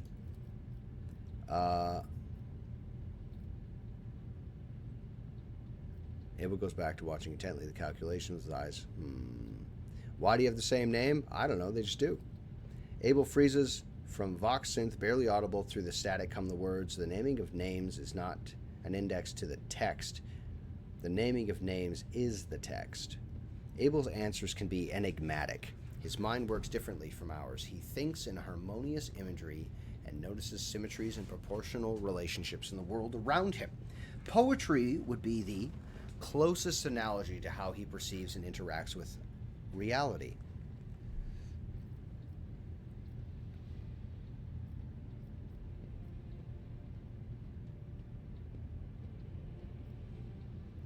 Are we overthinking it? It doesn't matter why the names are the same. What matters is that they are the same. Is that what you mean? Abel looks sideways at you, and at once his transfixed superior stupor is gone. At this point in time, the cycle has been broken and reshaped into a rising spiral, as Armanat envisioned. On hearing his mentor's name, Pascal lets a raspy, static-filled sigh. They are connected. My hypothesis regarding Abel's connection to the blessed Armanat has been confirmed. Okay. Did you hear what Abel said? It seems we have contributed to Armanat's design and deviated from the cycle. What does that mean for you? A low guttural sound rises from the depths of Pascal's voice synth, as though the planet's tectonic plates are shifting and crushing each other. The mighty rumble brings forth words imbued with power. We follow a path charted by a great mind. But that path leads to dark places. The cycle has advantages of predictability. Abandoning it will plunge the collective into a perilous space of uncertainty, which will inevitably lead to disasters and the risk of universal annihilation. The doctrine of discontinuing the cycle may herald good things to come, or it may be a death sentence. Only the Omnissiah knows all and comprehends all. Others are mere prophets who interpret his wisdom as far as their own comprehension permits.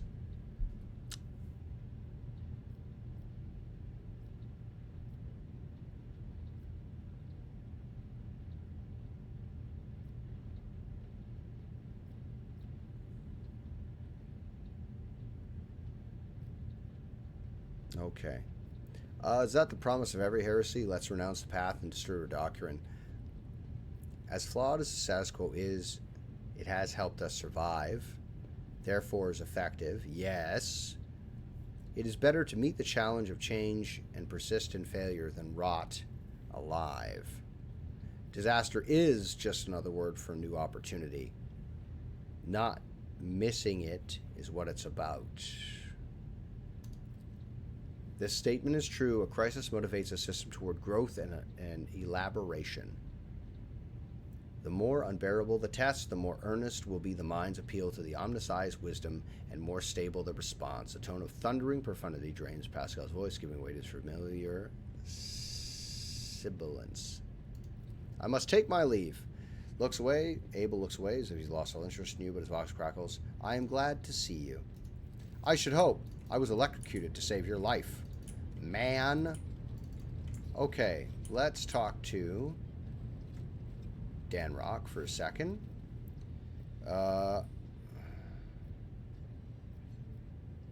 Victims informed me about a problem with the servitors. What happened? You see, your lordship, the ship's servitors have been malfunctioning of late. They violate protocols, interrupt their task, observe crew members for long periods of time, and move erratically with no meaning or purpose. Dan Rock nervously pulls his luxurious frock coat as if it were uncomfortably tight. Imagine it is. It had been a routine technical fault. I would have decided the fate of these servitors myself, but it deemed it necessary to notify you. I do not wish to hide such irregularities from the Lord Captain. If you wish to observe the servitors' unusual behavior before you decide their fate, this can be arranged. The majority of the defective units have been delivered to one of the storage compartments pending your decision. Pascal Hunneman expressed the desire to be present during the inspection, should it be carried out. I suppose the expertise of the esteemed Majos may come in handy. I wish to take a look at the servitors before deciding their fate. As you wish, your lordship. Would you like the engineer? Yes, Pascal shall come with me. Ah!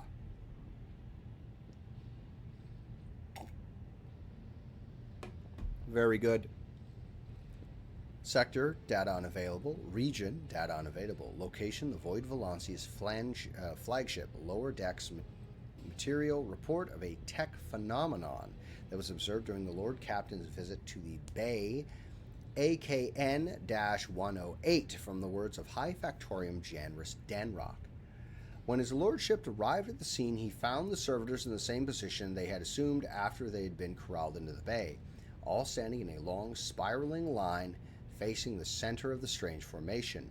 The moment his lordship crossed the threshold of the bay gate, their bodies jerked into motion. All as one, as if obeying a command, the servitors turned to face the Lord Captain. The technomass tasked with overseeing the defective units even reached for their weapons, but then the servitors went still, just as abruptly, staring at the Lord Captain with vacant eyes. All present held their breath. Disturbed by the sight, we waited the Lord Captain to speak. His Lordship Justin von Valancius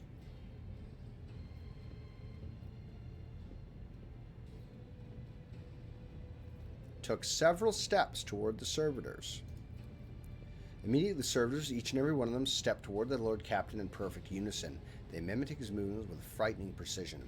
The rogue trader halted in place and after a moment's thought waved his hand. The servitors, just as synchronously, repeated the gesture as well. When the Lord Captain turned quizzically to the Technomax, so did the servitors, as if mocking him.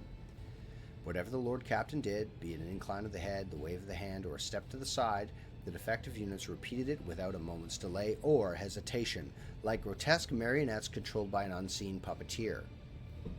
We observed this mind unfold in distressed bafflement for nearly a minute until the servitors finally came to a stop. Not sensing any threat from them, the rogue trader approached with confidence. The Lord Captain examined the servitors. As High Factorum, it was I who had prompted this entire inspection, and thus it was my duty to follow the Lord Captain. As we stepped closer, we noticed a fascinating irregularity. The servitors' pupils, normally still, were shaking wildly. Their bulging veins were pulsating under their copper collars and scrying with their past offenses.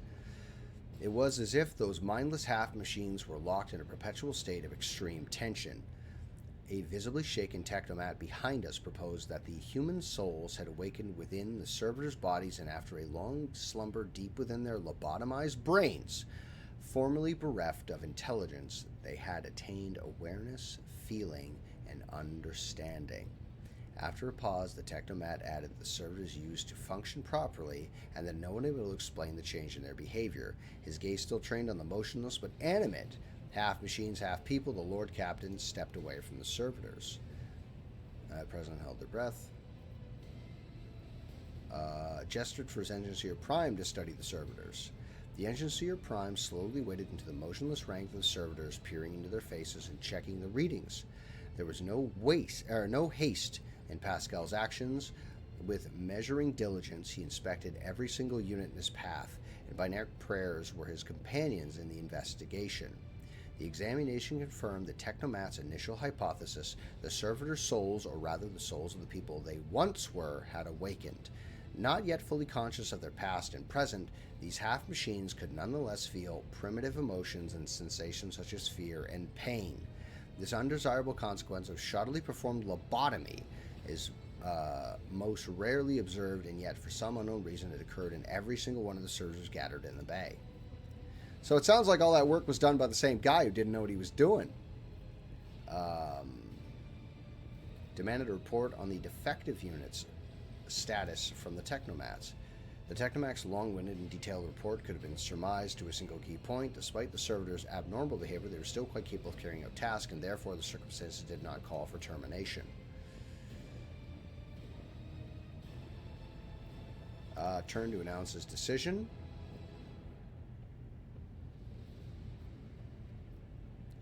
Iconoclast. Dispose of the servitors so their human souls may be released from torment. Iconoclast 3. Thank you very much. Now, let's see. I don't want to talk. People who buy our plunder.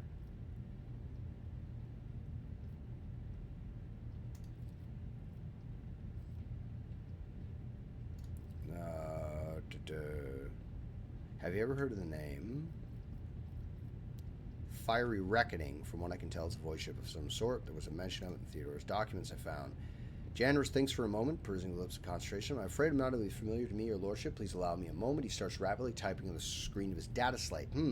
I say House von Valancius did indeed sign a contract with the owners of a vessel with the designation Fiery Reckoning. There are transactions, records of the ship picking up cargo from Kiva Gamma, as well as this odd. The data log ends there. Apparently, the ship had some interactions with one of the workshops on your industrial world. I beg your pardon, your lordship, but that was the extent of the existence I provided in this matter in particular. Enough questions. I shall return later. Now, what are we at here? Let's... Not this. Not that. Let's go...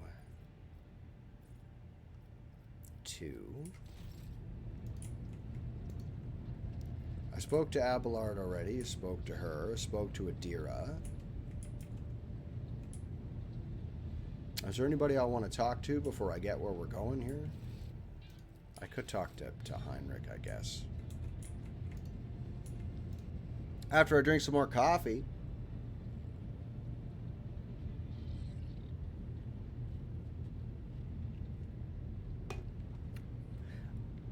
You know what's weird? I have like a buzzing going on in my desk. Every now and again I get a zzz, zzz, like that, like a buzz, like my phone is going off. But it's not. Strangely, somehow, my phone has been very, very quiet.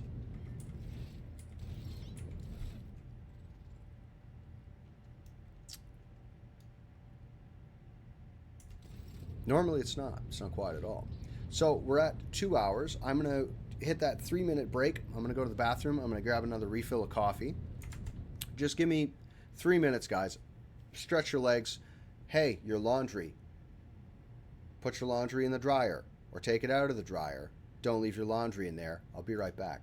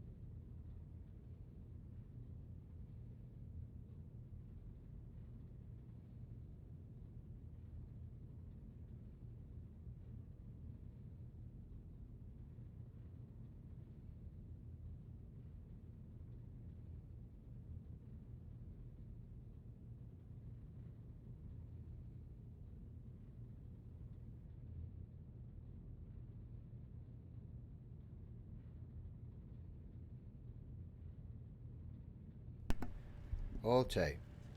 Here we go. Again.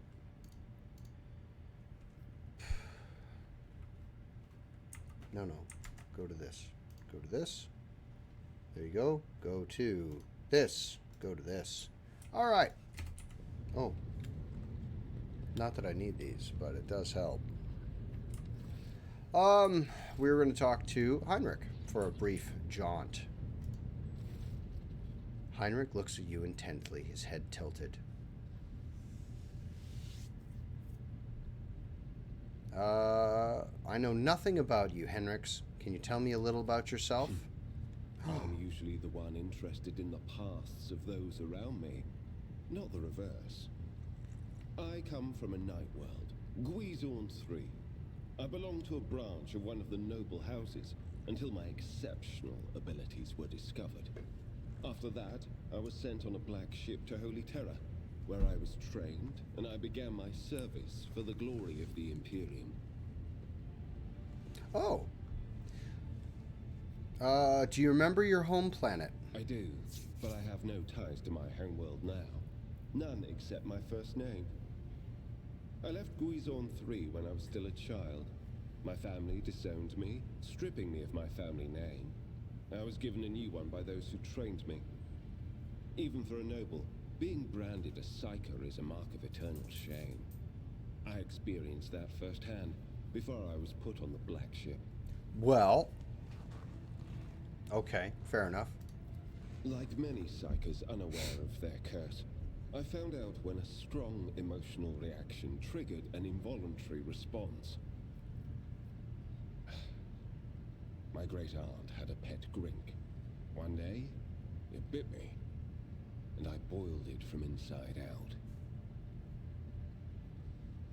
And when my great aunt slapped me for what I'd done, I boiled her too.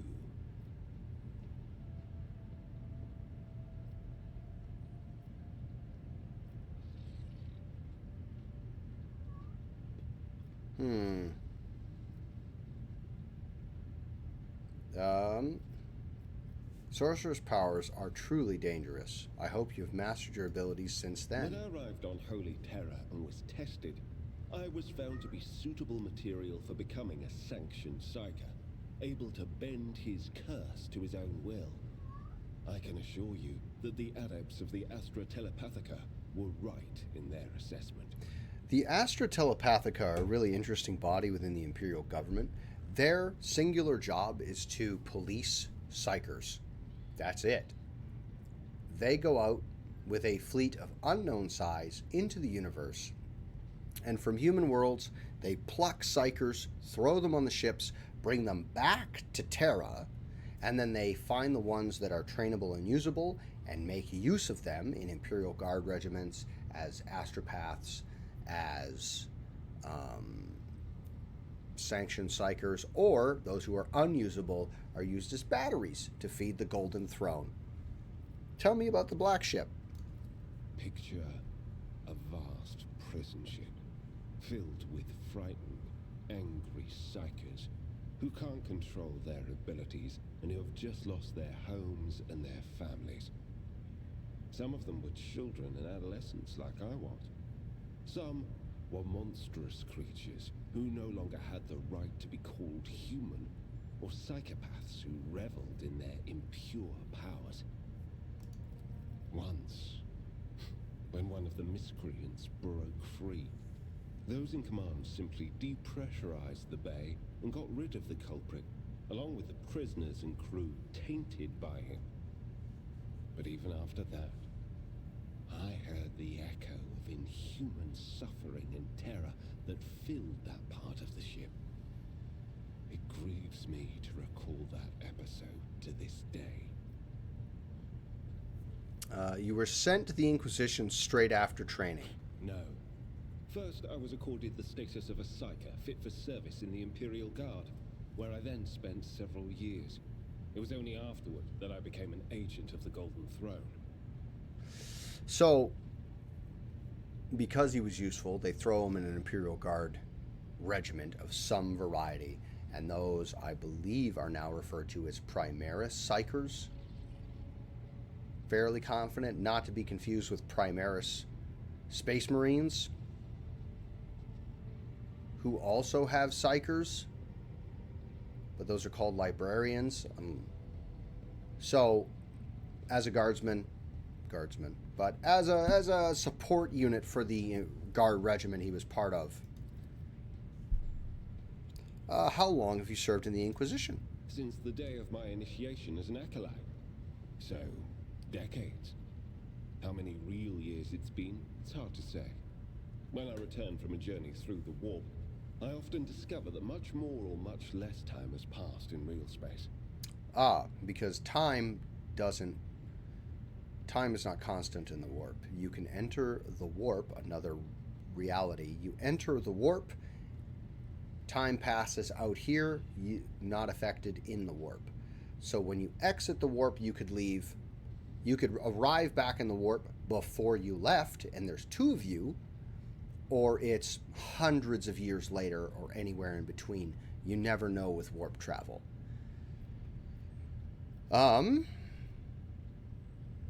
You visited many worlds during your service, I'll wager. Indeed.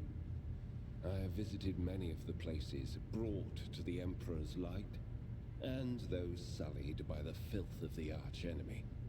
In truth, even after all these years spent visiting the various corners of the Imperium and looking beyond its borders, I still consider the Segmentum Solar to be the greatest of all humanity's bastions.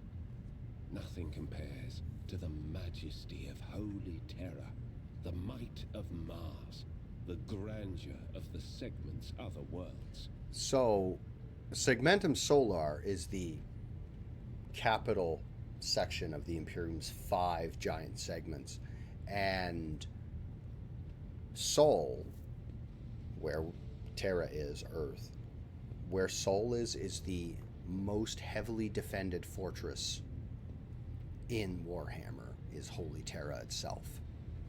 Mars is the greatest shipyard and fabrication center in Warhammer, and they're literally right next to each other. The two heads of the Imperial Eagle, that's how it started. It's not how it is now, but ideally it was the twin empires of Mars and Terra working together to make the Imperium. What duties have you been carrying out for the Inquisitor? You can't really be expecting me to answer that question, can you? For someone who's been in service for decades, you certainly look young. The first step for biomancers such as myself is to take control of the processes of their own body, including aging. I've endured innumerable hazards in my work.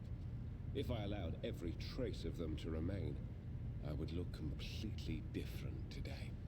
Fair, that'd be useful. Let's change the subject. Gladly.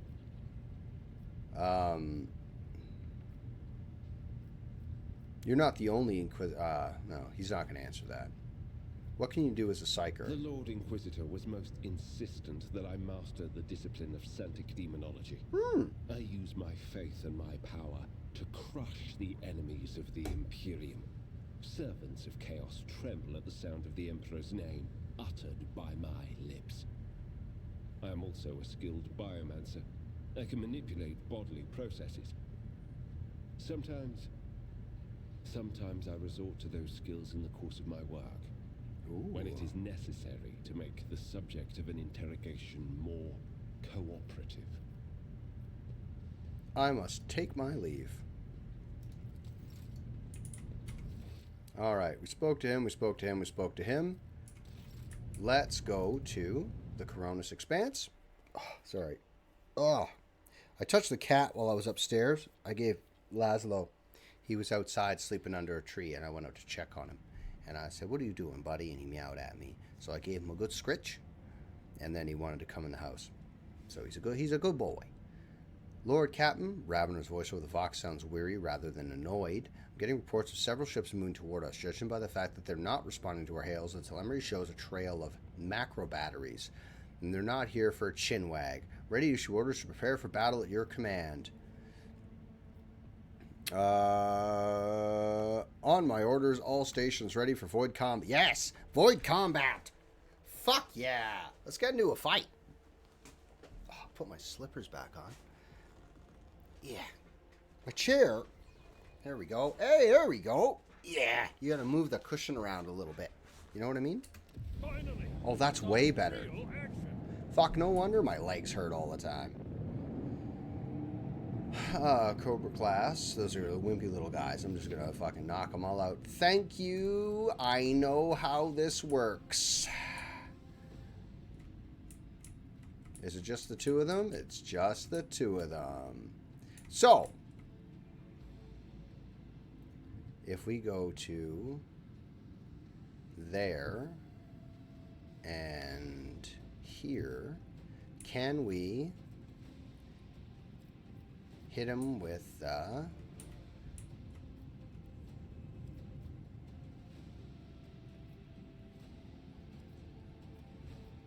we're going to get him with the launch torpedoes from here. Cancel that movement. First, launch torpedoes that way, because he's going over there, right? He's going to go that way. They're going to run into him. We're going to do this, and then we're going to ram him. Ow. He is 2 cells away.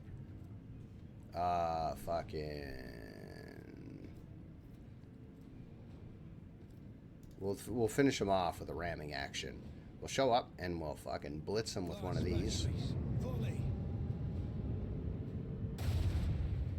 And then we're going to get him with the dorsal. Let them say sour fury. Then we're going to go this way, and we're going to get him with the port guns. Helmsman, take us in. Yeah, so we can't do anything that way. And they're going to try and jump. Gellerfield, they'll be gone in 3 turns. Yes, yes! Fly fucking right where my torpedoes are going to get you, you bastard.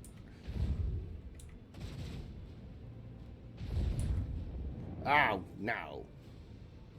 Go here. And then I want you to self-destruct in that space. At that guy. Bam! Ow! Now he's going to try and run away too. I'm going to get you with the port guns to make sure you don't escape. And then I'm going to do a quick little fucking... flies in a straight line and floats toward the end of its movement. So what we're going to do is that. And do a fucking fat Yui. No. Can you reach him with these? Hey, we can. Get him with that. Get him with the dorsals as well. Fuck this guy. Oh. Congratulations, Lord Captain. Guys, I really fucking love ship-on-ship combat. I really do. I love ship-on-ship combat. Did you know? Write this down. This is a true story. For Assassin's Creed, not Black Flag, Assassin's Creed 3, the one with Connor. The one with Connor. He was trained by the assassin Achilles. That one. I had top 2% in performance or kills, however they graded it. But I was top 2% in the world for naval combat.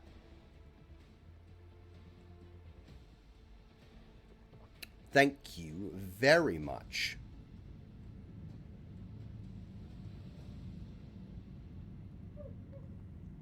I believe my dog is barking. So, we've done that. Give me 2 seconds, guys. My boy is barking. I think he wants to come inside, and I'm the only one strong enough to pick him up. Give me just, like, 5 seconds to pick up my dog and bring him in the house. I'm coming, old boy. I got you. I'm coming.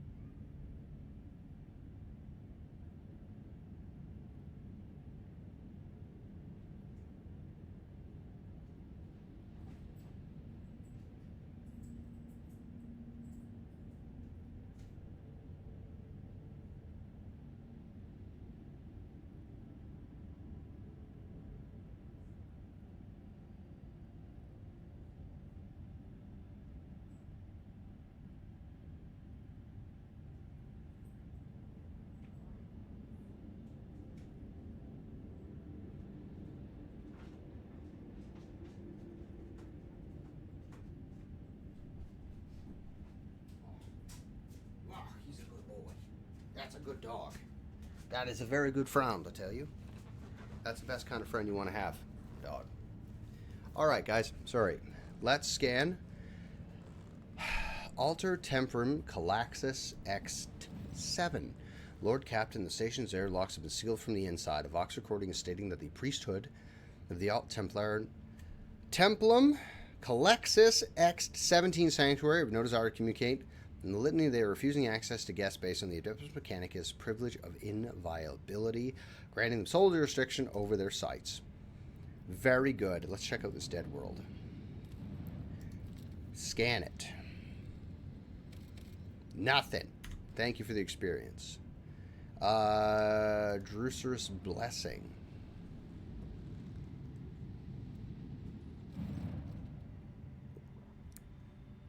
Lord Captain, we have the flagship Drusus Blessing with a small escort dead ahead. They're requesting a direct Vox channel patching you through. Chartist Captain Asterius Thorfast. Fucking great name.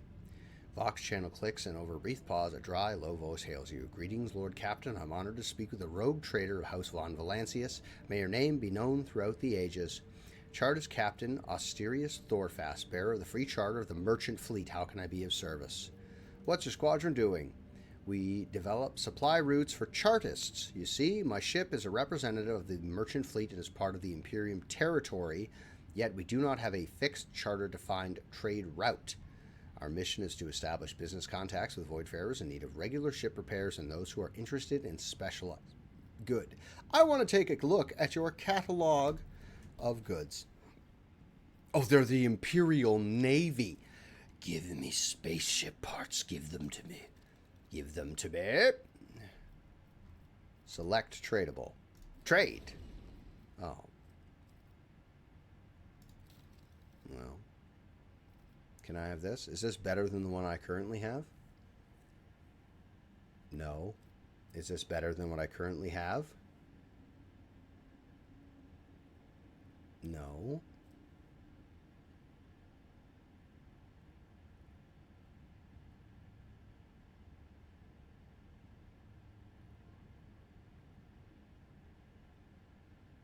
No. That's the same one. 80 points. Free sector. Well.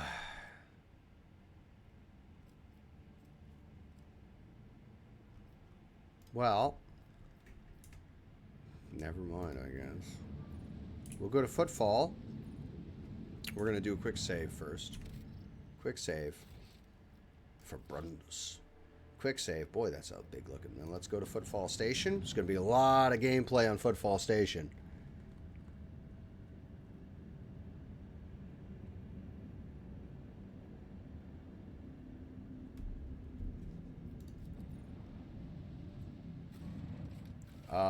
Void Dock Alpha Rio.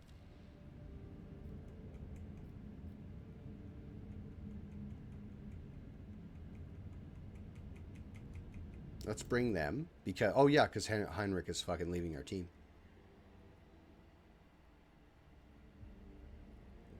I should have taken everything off of him. I should have taken the stuff off of him. Ooh, my hand crunchy. My hand's crunchy. What's it? See this thing? Do that. Get one of these when you're sitting at a desk job or whatever. Squeeze your hands. Squeeze it. Forearm strength. Oh, I'd love statues like that. They'd be awesome to have in a garden on either side. You're walking, you have two statues, two big fucking winged fucking... Oh, that'd be wonderful.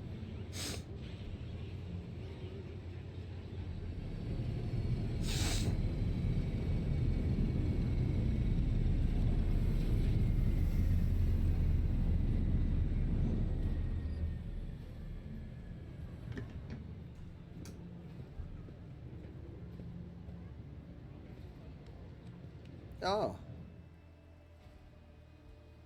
Your lordship, forgive me for not welcoming you with the appropriate obeisance. We are told that you prefer to arrive on Footfall incognito, so we are trying to attract as little attention as possible. I'm here on behalf of the Liege of Footfall, Lord Vladam Takara. The Liege awaits a chance to speak with you at his residence, but if you happen to have other business to attend to, I can serve as your guide and tell you about the station. Cassia's lips curls slightly. This is so familiar. Behind the amber-colored scattering of words of welcome, far less appealing hues lies murky and diluted, the look of someone accustomed to lying and hiding their intentions. Adira jerks her head and shakes it and hisses through her teeth. Someone's coming. They're coming for us. Watch out, Lord Captain. Abelard sighs and casually places his hand on his weapon. Address Adira. Who's coming? Judging by the voices, there's a lot of them. Angry. They've got teeth, but they aren't that sharp. Their strength is in numbers. Pray, what are you talking about? What could mean by such cryptic pronouns? She doesn't get to say the rest. Hey, newcomer! How's this for a warm welcome? They've got chainswords. They've got chainswords, and I want them. First, F. Let's get into position. Armored. Oh, a threat. Let's put... That's an explosive barrel. We're going to blow that up if we can. Argenta's going to move. Argenta, move right there, and I want you to fucking dump on that. Blow that up. Abelard can fucking handle those three. And if that doesn't work, then Cassia is going to stand right there. Pascal, you're going to move here. Adira, here. Justin, there. Abelard, there. And start. Cassia. First, what we're going to do is place...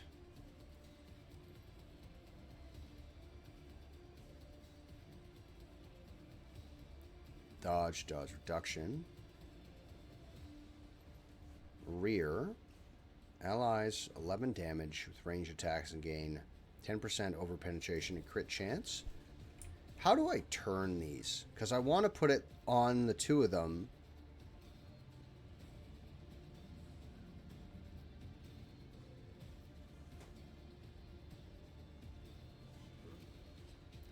That's fucking dumb.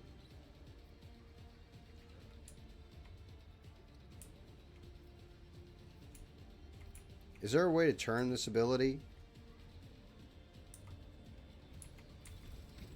No. This is me just pressing keys to try and figure that out. Front line is going to be...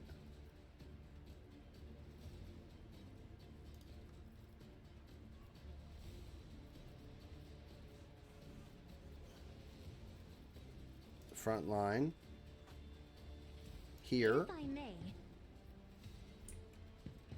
Back line.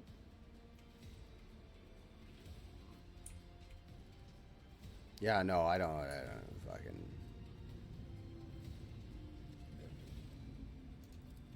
Rear. Sure, that can go there. Being ordered around. And back line doesn't fit fucking anywhere. So I guess...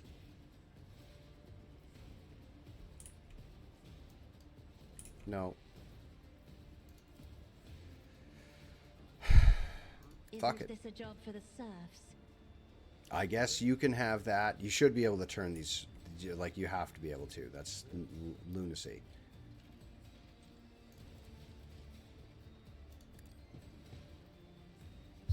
Psyker. Characteristics to Argenta. He's going to be doing that. And then for this ability, we're going to do this.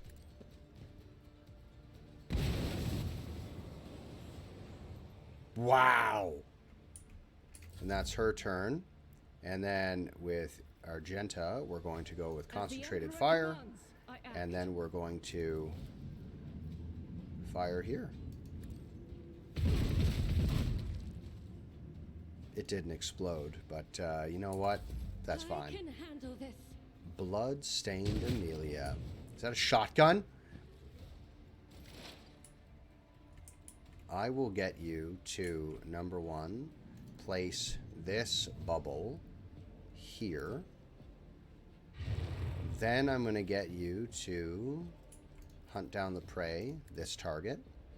That's a lot of health. Hunt down the prey, can't see that target. And then can't see him. Let's put this on. No. That's a free ability, or we can damage. Who can you hit? This one. That kills him outright. If I put hunt the prey on this one, yeah? That one. And that guy takes damage from it. And then that's the end of your turn. Pascal, would you be a deer? And I will get you to hunt the prey, this one. Hunt the prey, this one. I will get you to do this.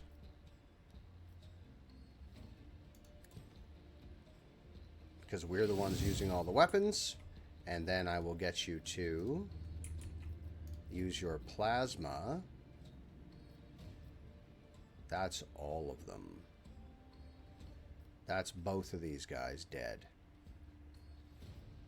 That's one guy dead, two guys dead. This one, please. Fuck, yeah! Well done. Let's get to it. Oh, there's lots. Oh, I'm gonna have so many axes. Out of my way. And that shotgun, give it to me. Sick dodge. Show me what you've got. Yeah, get close to me. Yeah. Oh, of course it knocked him fucking prone. Why wouldn't it? So, they're all fucking dead next turn. So move here. Then do this. Then I want you to do this. Then I want you to do this. Get that out of the way. Put that on her, sworn enemy. Then I want you to charge her. At your beck and call. Then I want you to hit her, please. There you go. That's the end of your turn. Here we go.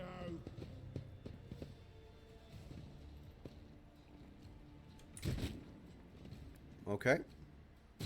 Okay. Mm-hmm. Very good. Cassia, do me one bit of favor. Can you put this ability on him? No. Put this ability on Abelard. Why not? Too far out of range.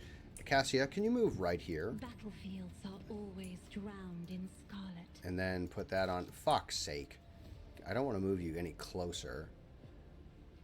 But I guess I have to. So Cassia, please move here.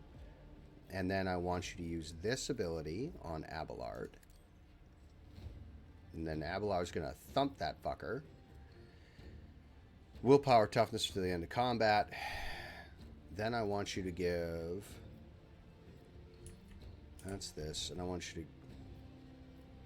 They're all dead next turn. I'm not worried about it. Give this turn to...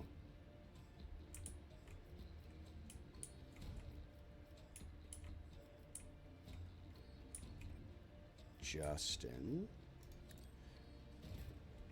And from this, he is going to put strength on... No, he's going to heal him first. Light this bastard on fire. Quite dead, thank you very much. And then he's going to heal himself. And that's that turn. And then she is going to use the last of her turn to fucking stare into the void. That's her turn. Argenta, would you be a deer? Move to this cover, please. And I would like you to burst fire this guy. A waste of bolter ammo is what it is. That's what that was. That was a waste of bolter ammo. Adira, move here, please. To at least in the front line, where you're getting more whatsits. I'd like you to use this ability. Then I want you to use this ability. And then I want you to give him that. That's the end of your turn. And then I want you to walk over here, if you'd be so kind. That guy's dead, and then Justin's going to walk over to him and fucking flatten him. I want to use this on him, please and thank you. And then I want you to mark the prey. Oh, he's already under the condition. 13. Mark that guy down for dead. Thanks very much. Then I want you to... Alright. And then use your mechadendrites and push him out of... Dead. Dead. End of your turn. Yeah, get closer.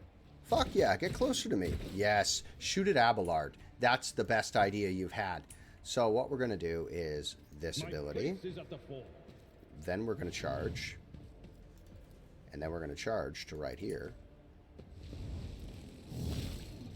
That is a fucking gallon of damage. And then we're going to kill this guy. And that guy's got a melee weapon. And he's going to just stay there and get fucking absolutely shat upon. Do this. Light him on fire. And that should be the end of combat, right? And that's everybody dead. Amazing. Oh. Oh.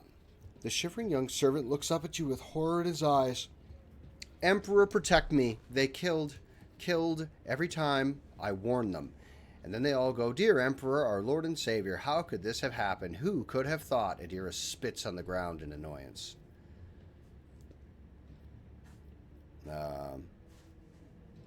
Go and report this to the liege.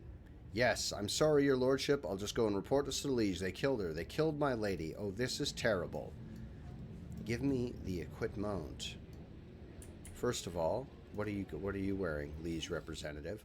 Look at all the chain swords, everybody. Combat shotguns, flak armor. I don't really need the flak armor, to be totally honest with you. Not going to use it. Are these axes any good? A weighty axe to 11. It's not as good as my axe. Let's keep one axe just in case. Right? We'll keep one axe. And I don't need this many chain swords. I don't.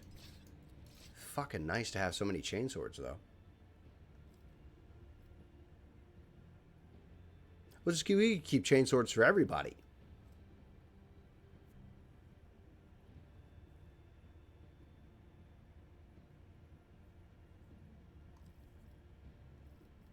We could keep a chainsword for everyone. They don't need a chainsword. He doesn't need one. And she's got a baton. I think she got a knockback baton.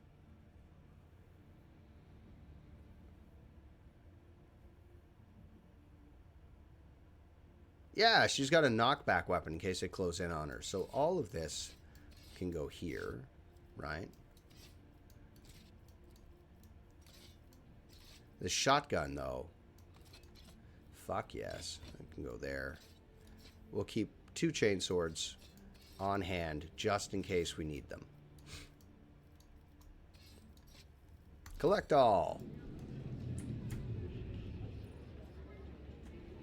Now, inventory. So, the Inferno Staff, I'm not using. I'm not using the Inferno Staff as cool as it's been. I haven't been using it.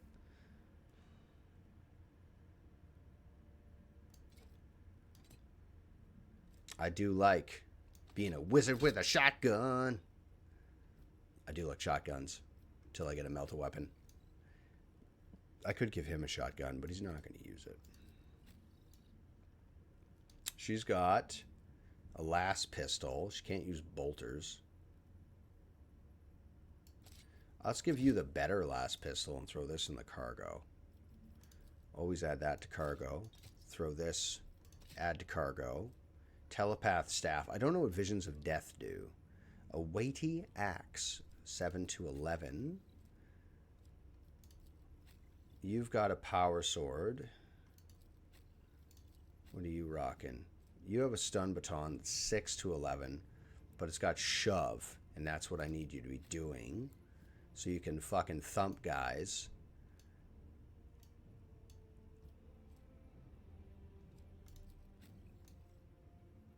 He's got a sweet fucking chainsword. A new pistol for him would be fucking cool. A shotgun is a vanguard weapon. As much, the guy's basically a fucking vanguard, but he isn't.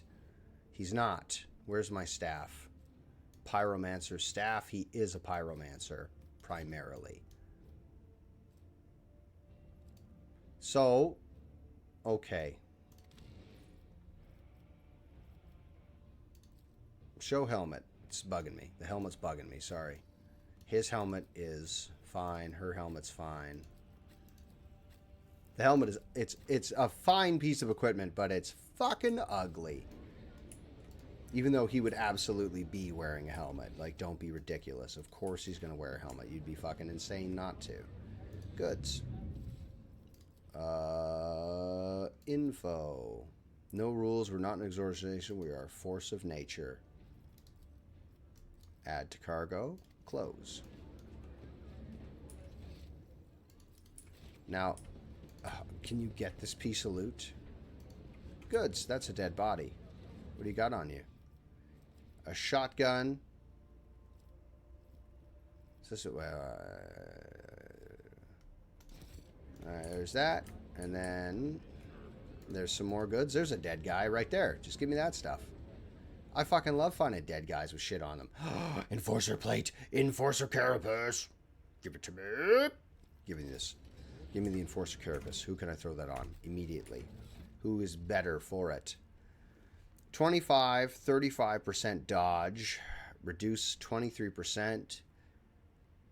10% of my parry, 10% of my dodge. Enforcer carapace, 25%. So that's worse than what I'm wearing mildly. 35, 25 minus 30. I lose 10% of my armor. Wearing this armor will dodge 40% of every attack. I should put him in heavy armor and let him just go wild. Armor reduces the incoming damage. Oh no. How are you, my friend? How are you on this murky evening? Evening? It's the afternoon for me, and it's fucking humid outside. It's so hot in this room. It's uncomfortable, is what it is.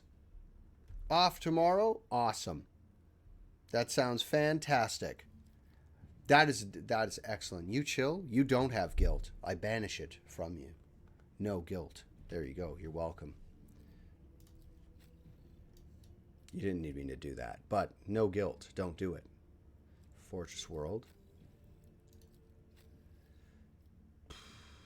20, 25, dodge, base, logic 10%, reject the flesh. Let's not fuck with him.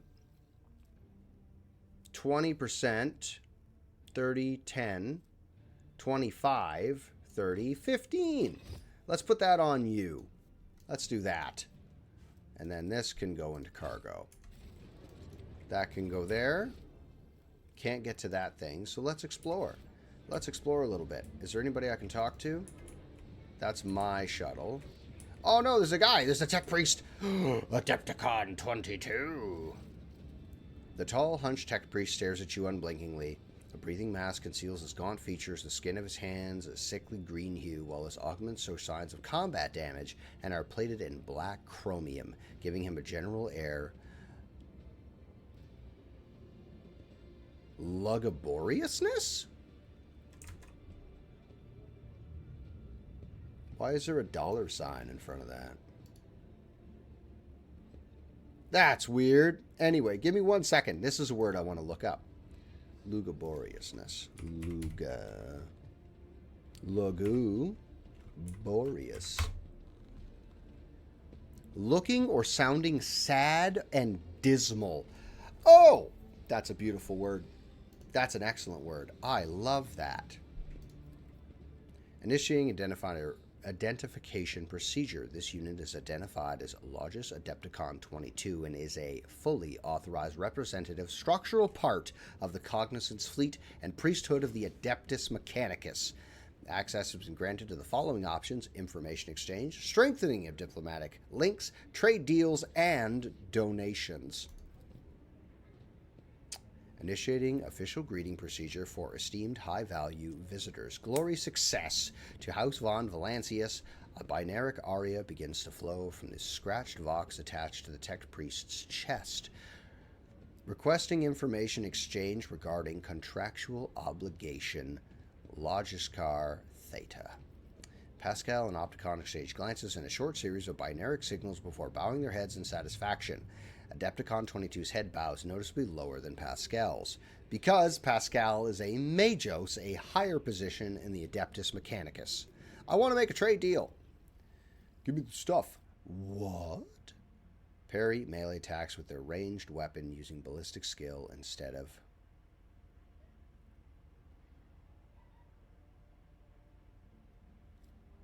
Okay, well, I'm going to take it. Give this to me. Give it to me. I want them. Those, I need them. I need those. I need mobile extractiums. Give me stims that I'm not using.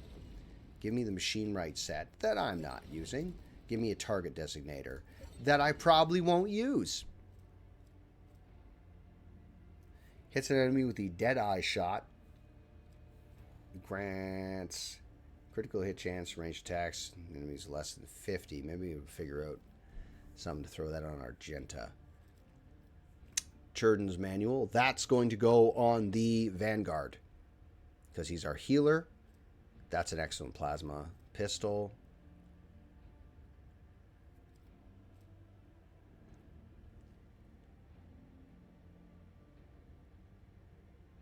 That's a good axe.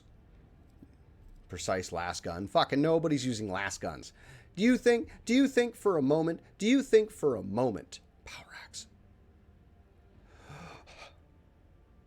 Power Axe is 2 to 12 to 19. Heavy plasma gun. Oh, that's going on my man for sure. The slick body glove. I want that. I want that very much. Minosa pattern arc rifle. Stun grenades, deadly repeater. Melt gun. Oh.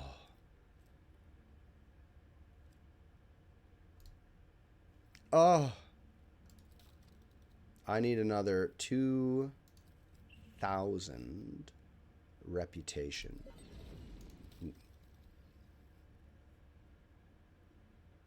And this stuff I need a higher what's-its to sell with. Okay, let's go back to my inventory for a moment. We're at 3 hours already. Wow. Okay, well, we're going to do the 3-minute break. I'm going to stretch my legs, and then I'm going to fix that command while we're doing it. Stretch my legs, then I'm going to fix the command. And I should bring my pull-up bar and put it down there. Put my pull-up bar right there so I can do pull-ups during a break. And then bring it back upstairs so I could do more pull-ups. So that's what I'm going to do. So please stay with me for a little while I do this. And then figure out what we're going to do from then on. In fact, I'm going to go get my pull-up bar on the break. Give me 2.5 seconds, guys. Actually, it'll be 3 minutes exactly. 3 minutes for that ad break. Just to get them all out of the way, because they're the worst. And then go to this scene. Oh, give me 2 seconds. Also, Svippy, what are you playing, my man?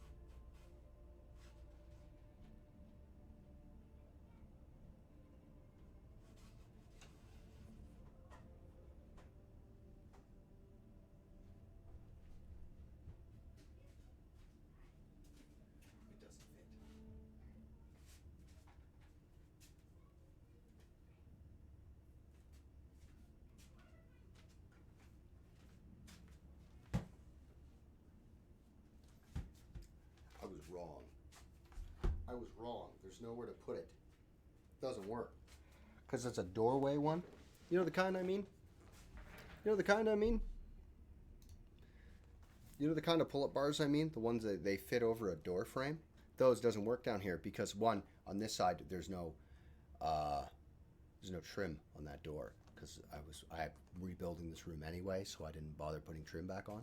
But on the other side, the trim is too close to the ceiling because of the fucking piping above. There's like a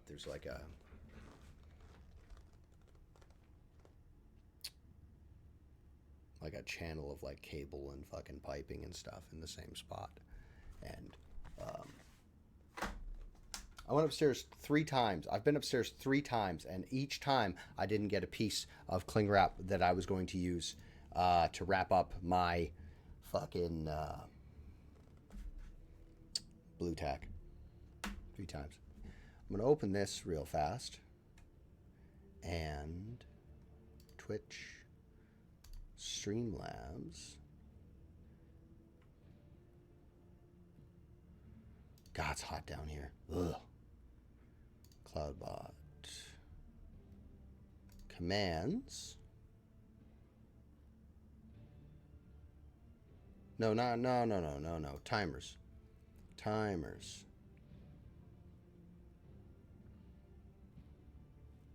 Huh. I don't know why that's the case, but all right, sure, man. So anyway, guys, how are you today? How are you? What are you up to? Tell me about you. Tell me what you're doing. Oh, my legs.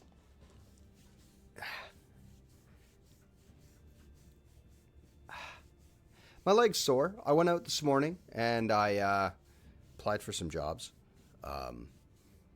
Part-time is fine. I can make part-time work because I'm really, really good with money. The problem is actually getting money to me.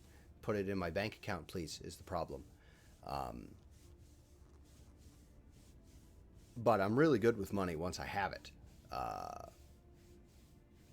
So I went out, I did that. I think I had not an impromptu interview. It was only a few minutes. You know, I just spoke to someone very briefly. But I tend to be charming when I really want to be. I can kind of put the charm on, and I think good things are going to happen. Oh, this evening, I didn't stream last night. I said I was going to, and then I didn't because I was too tired, and I was literally falling asleep on the couch, watching a thing with Sage, and I was going to come down and I was going to paint, and I left the paint upstairs as well because I'm a professional. I was in Walmart where I found this thing. I learned to drive in a truck like this. It was blue though, it wasn't red, it was blue. And I learned to drive in a truck like that. I saw that and it popped out at me and I'm like, hey, look at that. There's that one. And I just compelled, it was only like $2. Right? And my kid fucking loves race cars and shit. He loves race cars and monster trucks. But I saw this guy and I said, hey man, I learned to drive in a truck like that. So I had bought it. I did, as a rule, I don't give in to compulsions to get things when I see them. Like I don't buy lottery tickets or anything like that when I see them or whatever. But in this particular instance, I just said, hey, I got to have that.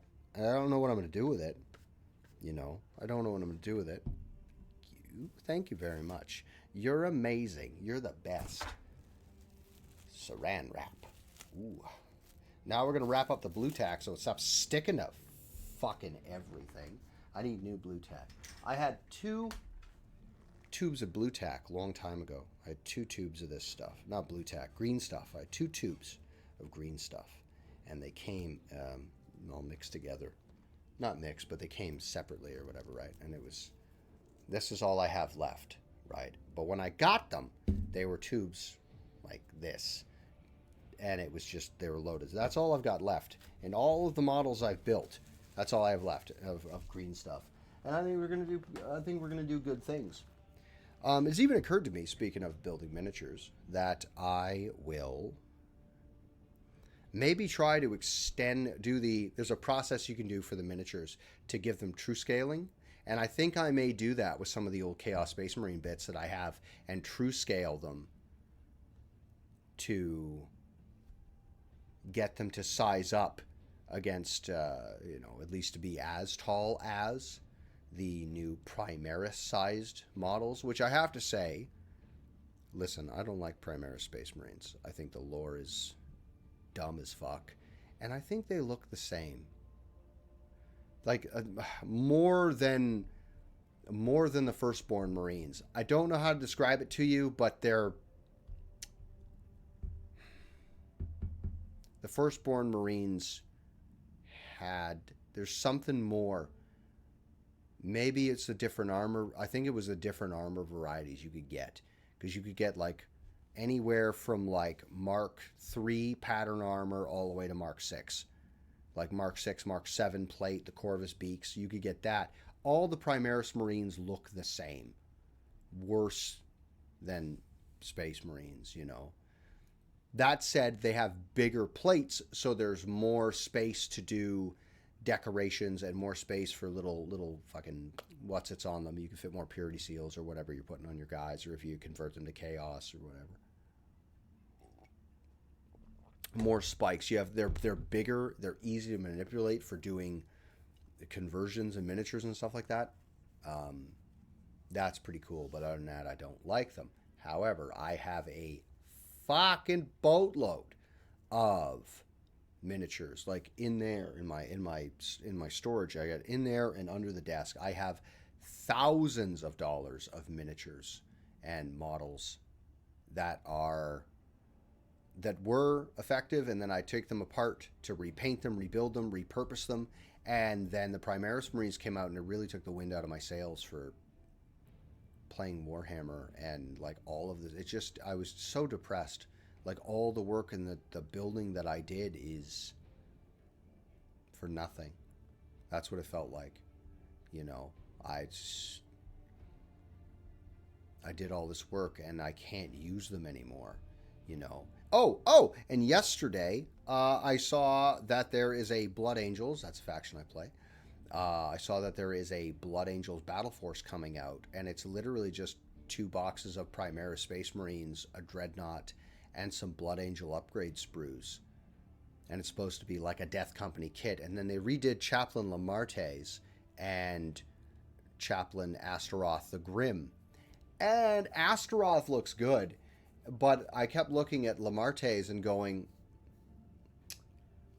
why didn't you just do that? Why didn't you just, like, they had a side-by-side of the old Lamarte's and then the new big Primaris guy. And I'm like, why didn't you just do that over there? Why didn't you just make that guy again with all the cool details and the individuality and whatnot, and then just do that again, but fucking bigger? And instead you have this dude that the helmet's really cool though, but I'm not impressed with it. So if I do a Primaris scale Blood Angels force, which I'm not against doing, I don't want to spend all the fucking money again, but if I fell into a unit of Primaris Marines, I would paint them up as if I fell into Primaris units, I would sort them out to have, I would paint them up to be Blood Angels again and run a Blood Angel sized force, but probably still play them as just tactical Marines, because I really have a thing for the Firstborn. Like, that really works for me. That said, Primaris models are very nice looking. They just lack individuality, and the Firstborn models have a lot of individuality, but they're difficult to work on, right? Strengths and weaknesses, both sides. But were I to do, and I probably do this anyway because I do my own Blood Angels anyway, and I have a bunch of custom miniatures like my Tyrael. This is a Dante proxy, for those of you who know what I'm talking about. Dante is the Lord Commander of the Blood Angels. This is his proxy on the field. When I'm playing Blood Angels and I'm running Dante, I run this guy, and he comes fucking screaming at you. This fella, he's got a little fighting knife, on this side, a little fighting knife, and he's got a melta pistol, and he's got an axe. All proxies for Dante's plasma pistol, Axe Mortalis. The fighting knife is part of a story, a novel that I was working on for these characters, because while I'm working on my minis, I write stories in the same time. Now, we put a pin in it. We're going to circle back to it now. Paint. The World Eaters color scheme that I was working on, I was trousing through on the way from the food section to the car section, because I was looking at monster trucks anyway. Because monster trucks are one, cool, and two, my kid really likes them. But I come walking past the paint section in Walmart. It's very small, it's not impressive, and I came across this color. This you can't tell from the lighting. This is antique white. This is... sorry, let me scoot over there. Ugh. This is matte white, or skull white. This, you can't tell, right? But one, this is an antique old white color. This is a highlight color. This is the base color, or the closest approximation I can get to it with the Army Painter paints, but this color is the closest approximation I'm going to get for the Wolves of Khorne. So this is the base. That's your highlight.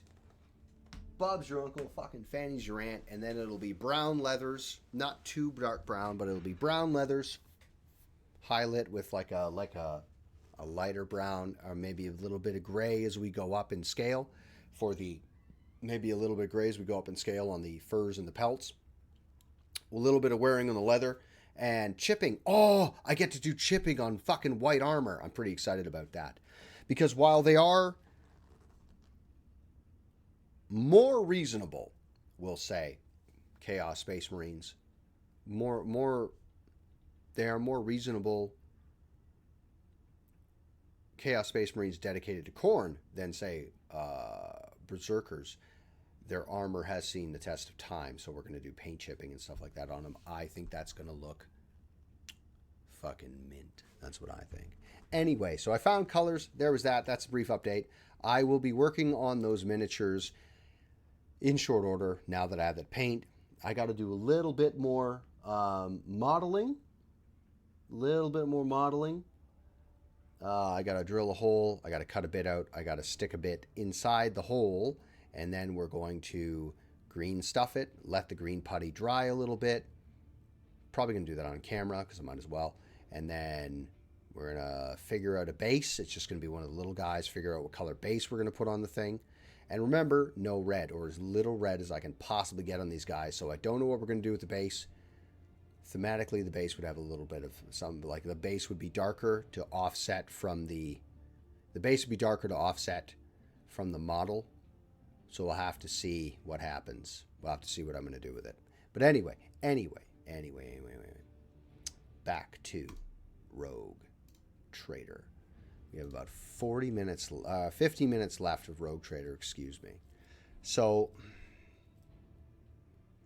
I have all these elixirs and stims. So I'm not going to put on the Tox communities, although that would be very useful to have. Let's put on Combat Stim. Can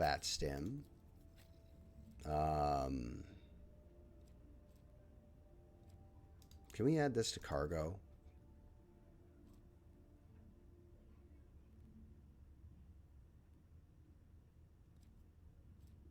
Can I equip this? So what does it do?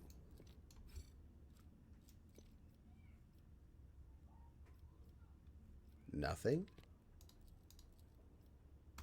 Add to cargo. Cargo.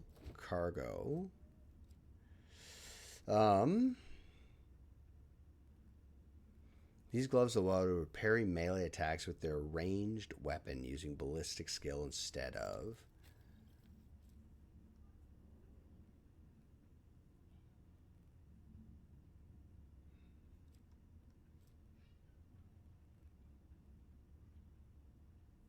These gloves allow her to parry.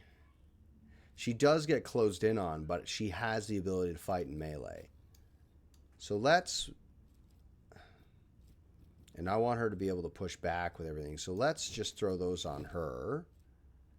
If the wearer's range attack hits an enemy, the wearer gains a 5% bonus to crit chance.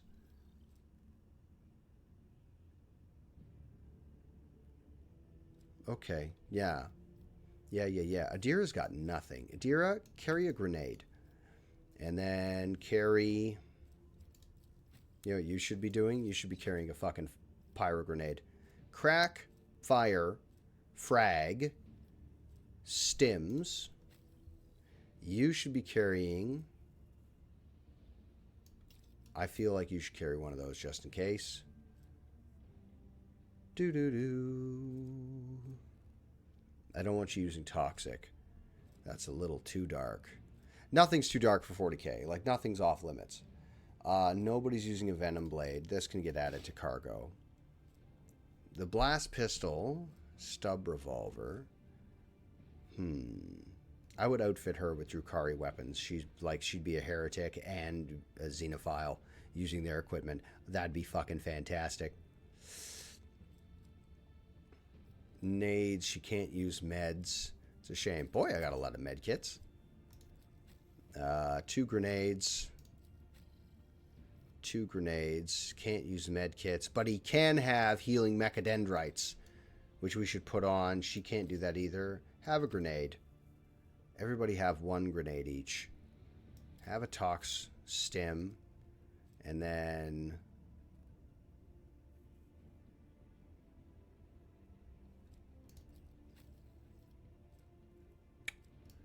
That's okay, and then I'm going to give him the Churgeon's Manual, because he's my secondary healer. Can't be the Vanguard and the fucking healer at the same time.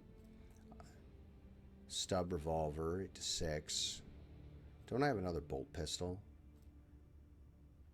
I don't know why the revolver hits harder than a bolt pistol, but okay. The officer's chainsword, and that axe is worse than the well-maintained axe that I already have. There's no one else who's getting an axe. Look at the armor pen on that fucking thing, though.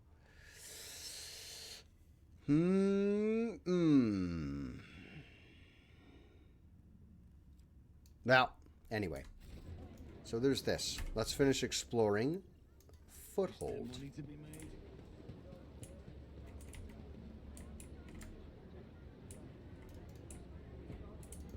This is where another ship lands, another dock. Servants, guards. What's this? Finest wines from Janus. Loot? That was a dead guy. Give me all that. Thank you very much. Commerce. At first glance, these look like standard containers, but their frames have been reinforced and their sealing improved to keep the smell in. These are used for transporting contraband. I love contraband. Strange memo. The holy book by the altar, the void dam customs guy. He's always on duty. Does he get any time off? Where does he ever leave for a piss? Is he a servitor? Guess what? Hanger by the window. Remember to bow for the emperor through the window. Keep that for now. Corpse looked horrifying. It was thoroughly beaten before being shoved in there. Give me these goods right here. I'll just have these.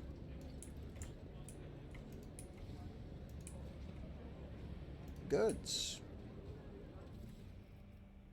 Now it's their time. Drag them out of their beds. Cover the bodies like a slaughterhouse. Navy, Casbalica, Chorda, Von Valancius. Her names mean nothing. Tomorrow we'll erase some memory. And well, she's dead because I killed her. This is a shrine. They say the Emperor sent his angels here and they use their swords to carve a majestic statue from an asteroid. Always keep your eye on the price.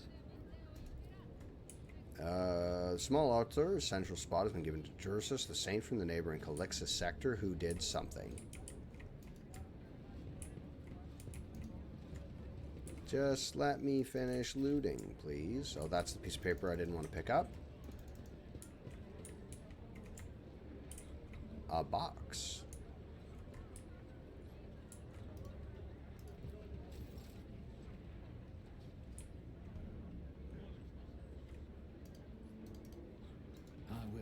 curse to fortune.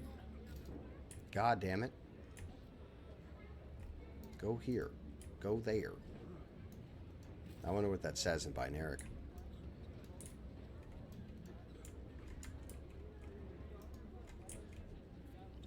Yes, Pascal. Get me treasure.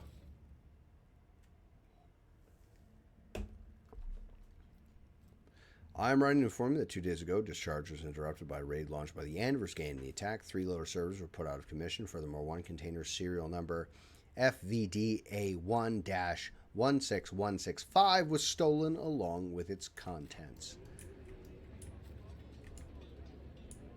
Commerce. Is there something in here? The container is marked foodstuff, but is empty, and by the looks of it, hasn't moved in a while. Grenadier's cloak. The wearer and their damage are immune to damage from the wearer's grenades. I don't have enough grenades as a rule to just be fucking lobbing and bobbing grenades constantly. Let's go talk.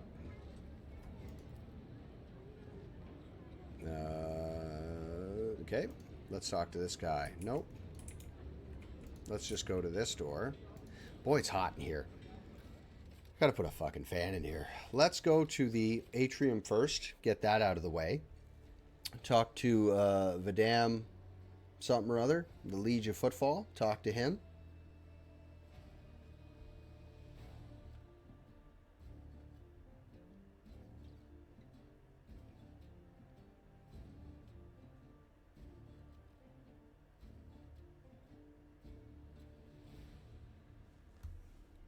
Here we go. Click, click.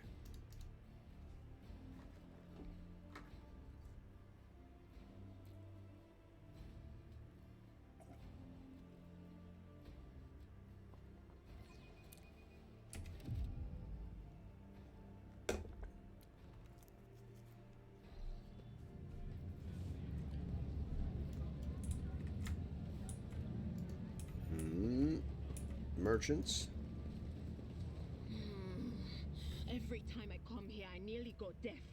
The sounds of the past assault my ears. Trumpets of glory interrupted by the rustling of rags and the clinking of coins above everything else. Ah. Yeah, this place is turning me nearly deaf as well. And that's without sorcerous voices in my head. If it's not swearing, it's merchants shouting or gunshots. It's the same wherever one goes on footfall. Lower Imperium. These columns appear here back when the station was founded, when it was assumed that Footfall would become a wondrous place in the stars. Ah. Of rodents and regents, you say. Goods. Now it's their time. I'm not picking all that shit up. Ah! Hold the line, don't let them escape. The buzzing crowd is closing on several harried-looking individuals, some of their faces smeared with fresh blood. The angry cries and twisted faces leave no doubt a massacre is about to take place. Just cut their throats already. What were they thinking letting that ship dock at Footfall? They're all stricken. No, no cutting. We'll get their blood on us and we'll be tainted too. Better to burn them. And there's the guy. Be quiet, you scoundrel. A police clad in simple black raiment cuts through the crowd like a void ship crossing the sky. You dare pass judgment on others? What arrogance to think you have the right. Argenta starts at the sight of the elderly priest. That's Reverend Hieronymus. I'm surprised he decided to intervene in a street squabble. Intervene. What's going on here? Several dozen gazes bore into you. And who are you supposed to be? I am Justin, rogue trader of the von Valancius dynasty. The rabble-rouser roars uproariously, and I'm Incendia Chorda. Cut the guff. Her ladyship Theodora is head of the von Valancius. I saw with my own eyes when she came to Footfall, and you don't look much like her. Silence. You must be completely out of your minds. A band of woefully dim-lidded retrobates who think themselves bringers of justice. Who are you to pass judgment on anyone? All you ought to be doing is suffering and repenting till the end of your days. That's the Imperial faith. So what's so wrong about that, Reverend? We just want to put these heretics to death. We're not heretics. The haggard man is on the verge of tears. We're refugees. I swear on the Golden Throne, We served the Imperium faithfully till they hung us out to dry. We were the protectors that were meant to shield the lands of humanity. Where are the protectors meant to shield the lands of humanity from nightmares? Traitors and heretics, the lot of them. A murmur runs through the crowd. The people gawk at you and the priest, at the wretched group huddling in the center. How tiring. The motley sea of colors that fills this restless crowd are hard on the eyes. So many hues, but most of them are acid yellow streaks of fear, the red buds swelling, ready to burst and paint all who are gathered here. Cassia looks at the crowd of troublemakers warily, and they shudder at the very sight of her.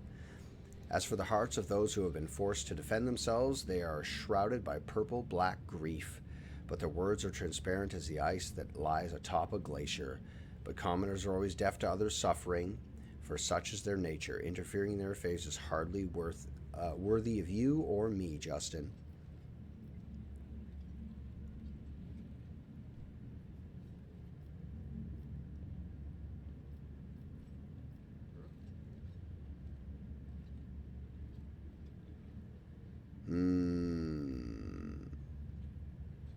These are serious accusations you're spouting. I hope you have proof to back them up. What more proof do I need? Kiva Gamma used to be a prosperous world. My family transported goods from there for generations, and then they came. They butchered, tortured, sacrificed entire blocks to the darkness. We were on our ship up in orbit, and all those messages started coming in. Half the wardens down there joined them right away. And they even reached us on our ship with some blight that made half our crew take their own lives. We barely escaped. We barely made it here. Why? Why did this happen to us? I wonder what this is all about. Our planet is really under attack, or some devious opportunity to send these slanders to undermine the might of the von Valancius dynasty. Excuse me. Who could it be, I wonder? There is one guy, I bet you've heard of him. His name's Conrad von Vortgier von Valancius. The von moved for me. He ran from us not too long ago after having his ass handed to him. He must be itching to get even. Get even by besmirching the dynasty to which he belongs and supremacy over which he had laid claim. He is scum, but he's not an idiot. No, I think this is something else. There are many who wish to weaken House von Valancius.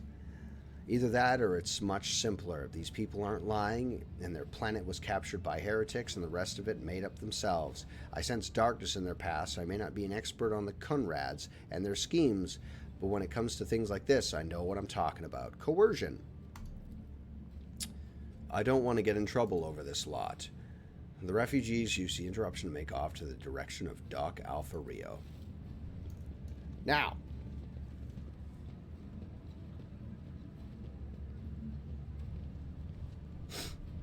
let's talk to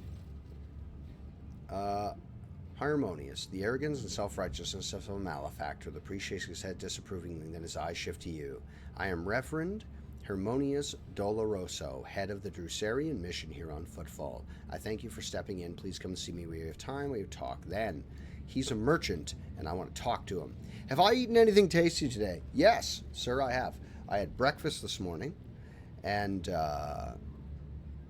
that consisted of a cheese, broccoli, spinach omelet, one sausage, fried potatoes, some cantaloupe.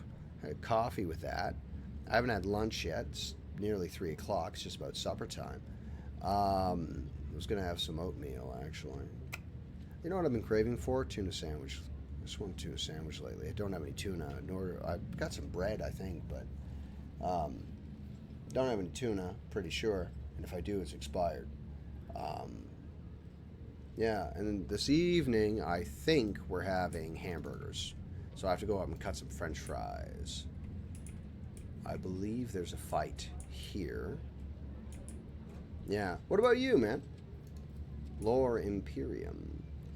In this mismatch of devices and cables, you know, equipment from totally different eras. Some ancient, some merely old, and others hastily tossed together in more recent years. So let's go up and buy some stuff from the Reverend. And give me this loot here, right here. Thank you. And the man with the face so drawn it appears to be made of nothing but skin and bone fixes his unblinking bird-like eyes on you. The priest's simple black clothes have next to no adornment, and they do nothing to mask his unhealthy gauntness. In a cracked voice, he says, "The Emperor protects." I reply, "The Emperor protects, Reverend, but he protects only those who are pure of heart. Do you think yourself one of them?